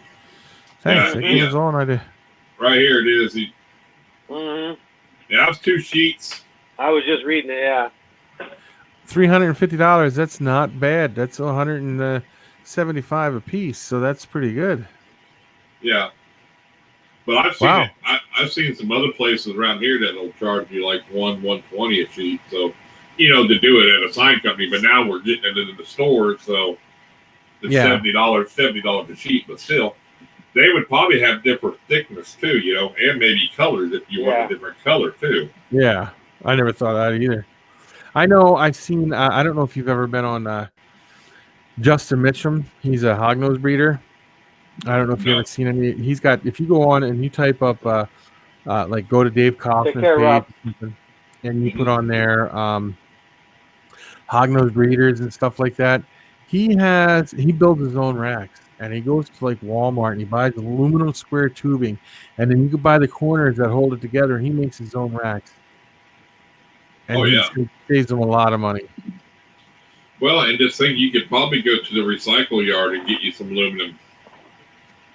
I never thought about that. Yeah. Because, we took down an old awning one time, a huge awning, and it was real long, and then it had some curves, but it had a lot of straight pieces. I thought about cutting that all up, because I know where you can order the corner pieces. And that's the big thing. That's how I know where you can get them at. So if you get the corner pieces, you're golden, because now all you're doing is cutting them to length. Just like Legos, pretty much just putting them together, you're good to go. But then you got someone like you who's a professional welder. You would have no problem welding that stuff together. No, but I would like to be able to take it back apart if I had to. Oh, that's true too. With the corners, that would be the good thing with the corners, Now, but I could actually set up a jig if I wanted to and make a steel rack for whatever, if I wanted to, Now, with the corners, where would you get the corners at? I found them on, what was it, Amazon, I think? But they were pretty expensive on there. I found a website. I'm not sure the name, but I found it, and it was actually a UK website, but they had an affiliate partner in the United States. And depending on what size, if you were doing 1 inch, inch and a quarter, inch and a half, just depending on the size of the tubing, I think the pieces were like $2 a piece, $2.50 a piece, maybe. Depending if you're getting a T or the four posts, or just a corner with the. Oh, that would be right. The 3-piece would be a T, like you said. Yeah, well, I guess or the corner post, because you got the corner here and then the T. Yeah, so. Yeah. But I mean, I didn't think that was too bad. I mean, but I don't, No, that's not a bad price though. And I bet you the more you bought, the cheaper they would get too. They do. Right, and if you think about it, if you look on these videos that a lot of these people that are like from like say balls to you or whatever, the racks are a little different. Yeah, and their tubs are. Well, that's kind of, and if you see the aluminum racks, that's what they actually do. They get, they're all just put together pieces, with the corner thing. Because I thought I could go to ARS and get them, because the ARS hybrid all comes in pieces. You know what I mean? Yeah, I noticed that. That comes all in pieces, and then you got to stick that together too. You can get. That's why it's way cheaper than the regular. But you can get all the accessories, but they don't show you where you don't have them available. I'm thinking, well, that sucks, But you might be able to call them and say, hey, I got to know what ARS rack. I took it apart to redo it, but I got some corner, that them pieces were broke. Can you hook me up? You know what I'm saying? They might be able to, Oh, I'm sure. Send you too. But they'd probably be pricey though, But you know what I think is easier? Calling Alibaba and just getting a bunch of people to go together and buy a whole. Exactly. Yeah, he's back on that. Yeah, hell yeah. You're right, but I mean, we'll have to look into that though. That's cool. Because you all know Sergio from Ridiculous Reptiles, and you probably know Serge. He built one. He built a regular, 70 series rack, with aluminum and everything. Yeah. But he's got probably $500 to $1,000 in it, you know. So did you really save money? I mean, it's strong, it's durable, but it, you know, of course, he had to buy the stainless. You know, that's where it costs a lot of money. You know, I mean. Mm-hmm. So, like I said, go to the recycle places because sometimes you see that too. People, it's amazing what they throw away, dude. You know what I'm saying? So. It is. It is. You can cut it up and do whatever, but Yeah, I'll throw some.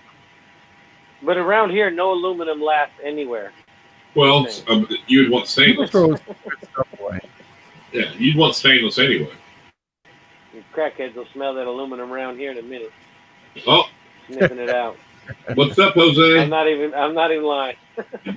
Hey, you better go tell Trish Jose's in the chat. Yeah. Grab your I balls.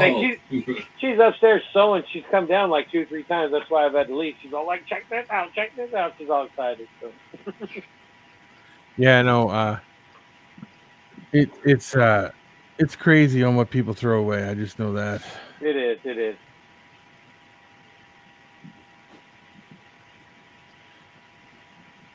I can't find the pictures, but I know if you go to his page, Extreme Hogs, you'll see the pictures of it. I had a friend who used to go around in Philadelphia and used to go every trash night, would go out looking for trash, and he would find all kinds of stuff that people. Oh, yeah. Oh, yeah. I mean, I've seen your racks or your enclosures in your room, Bill. I mean, they're nice, you know. And if you can build them, but some people can't build. That's the thing. Yeah. You want me to share these pictures, Dylan? Is that what you want me to do? Yeah, some people just don't have a talent for it, but you know, I would definitely get out and help people. But it's not that hard, really. I mean, you think about it, you're just making square cuts, pretty much. I mean rectangle cuts. You know, I mean, and a router and a jig is all you really need. I mean, and actually, if you really want to watch a good video on how to make enclosures, go watch Dr. Thick. I think that's his name. I think it's Dr. Thick.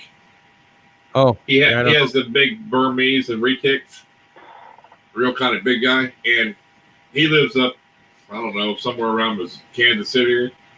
And dude, he makes his own big enclosures, and he's got like 6 of them little rigid little handheld routers, so he doesn't have to keep changing the bit. And he cuts them all. He tells you the measurements, and you know. I know who you're talking about, the bald guy. Yeah. The big retics and berms, and then he used to breed a lot of rats too, dude. I mean, jumbo rats, dude. He has a jig for feeding. He had a jig for cleaning rat cages and feeding rats. Yep. But he has that. Yeah, he's got it all set up to where when he lays a sheet down, he's got multiple of the same tools with different pieces on it. So all he's got to do is grab for each tool he needs and just use it. Yeah, but there's one for Dylan. I don't know if you guys could see that or not. Let me get over that. Wait, hold on. I can put you on solo. Let me get up here. Oh yeah, that looks nice. Hell yeah. That's the one. And then here's the other one that Dylan sent me a picture of. So now it looks pretty good. He did a good job. Yeah. So what you're saying, Dylan, is I can send you the money for the materials, and since you're such a good buddy, yeah, you'll cut everything, and then we'll just worry about shipping later. Yeah. Pay it forward, Dylan. You just got paid forward. Pay it forward, buddy. Pay it forward. I'm paying for the PVC. I'm just, you know. Nah, we're messing with But you. yeah, I mean, but like the little rigid routers, he said they're cheap because they're handheld. They don't cost a lot. And so if you just have your own little each bit in there that you need to use, and he has jigs, and it's cool. That's the time-consuming part, is changing bits and going between each tool. And he's got jigs to cut the front piece out, the windows. I mean, everything he does, he's got the jig for, you know. He's got a jig for it. right Yep. around. I've seen that. Yes. Yes. Yes. And I think he's using 3/4 or 1-inch PVC, I believe. Yep. He lays the sheet down and does it right there. But I like watching him like do the rat tubs, man.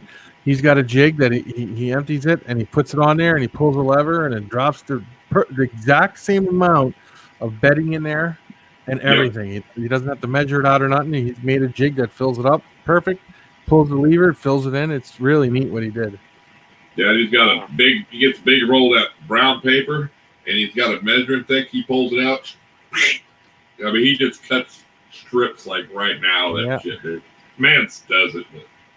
But, I know I need berms. Well, I gotta have cages before I get the berms. Yeah, caging is important. But I did notice something really, really clever though.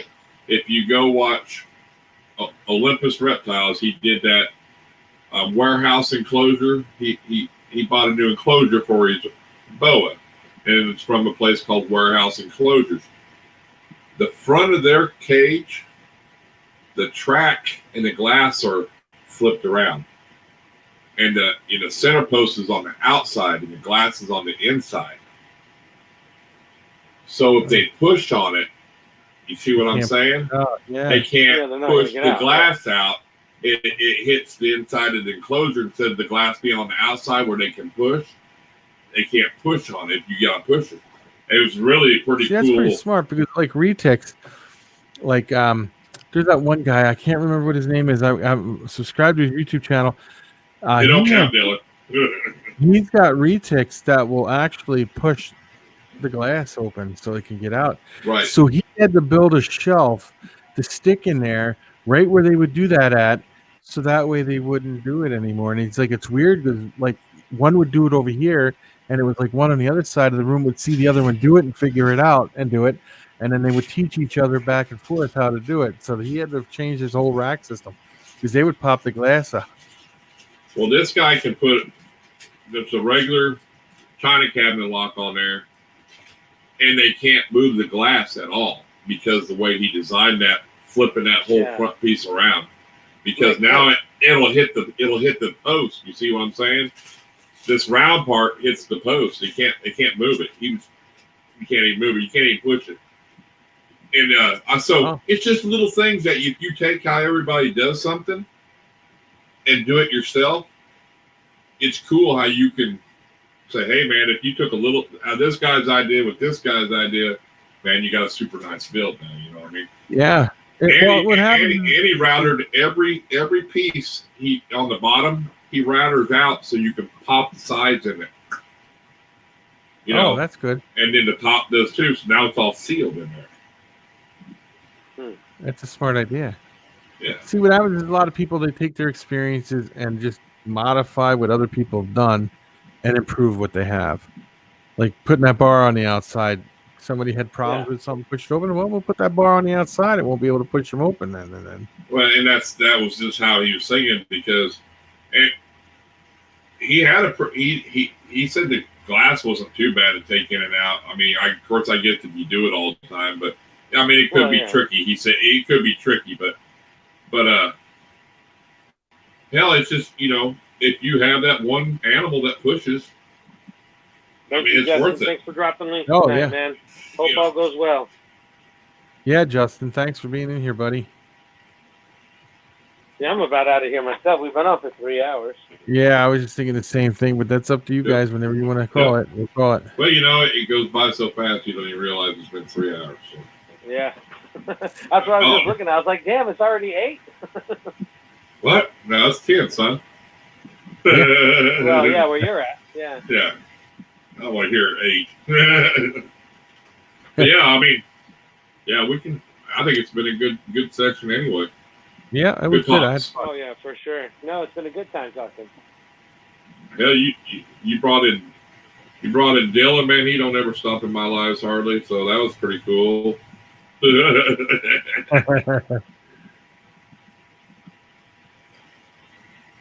Later, Jose. Thanks. For right. Man. Thanks, Jose. Yeah, you're right, Dylan. I mean, it is a monitor cage. Yeah, I would see your point there where I'd want the glass on the outside. you know. Yeah. But it seemed to work pretty good on the smaller enclosure, the way it looked like, you know. But hell, I know that monitor cage is huge. I mean, Yeah. you know, that'd be a It lot was of great glass to be on here. I'm going to get you guys on my show once, and we'll go from there and see what we can do. Rhino, we'll Because call it it would be part fun two. to have you guys over. Well, Yeah, we'll call it part two. any plug you want to do on where people can find you on your media, you can do, you know. Social media, you got Instagram, Facebook, or you might have just lost. That's cool. Hey, Oh, I think I we know. did. All right. I know you did, Dylan. Hey, I appreciate you coming in, buddy, man. That was you need Yeah, to start thanks for doing. stopping in, everybody. Yeah. You need to do another live soon. I like your lives too, man. You got some nice stuff over there. You guys need to check out. So, but I'll check him out as soon as we get done for sure. Yep.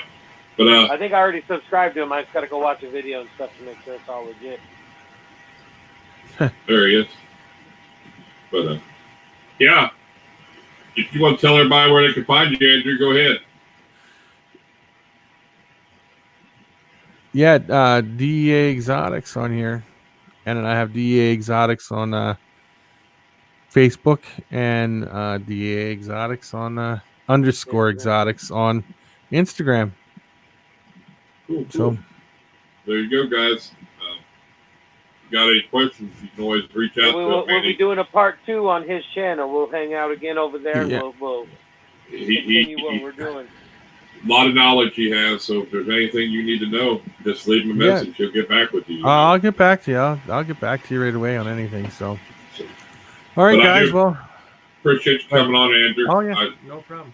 Thanks so much, man. I appreciate it. Yep. And, Peace. Whenever you want us on, just give us a holler. Yep. Peace. All right, man. Later. Later. I'm out myself too. I'm gonna go get something to eat and stuff. So take care. Check out Friday night show. We got Josh from Spartan Reptiles. It'll be on my channel. We'll get that going, everybody. And I'm out of here for the night. So take care. Stay wild. It's been real, Irondogg. Nice show. Sure will. I'm All out. right, man. Dylan, I need to get you on here one day too. What's up, Pat Penny Pythons? Appreciate you everybody stopping in here, and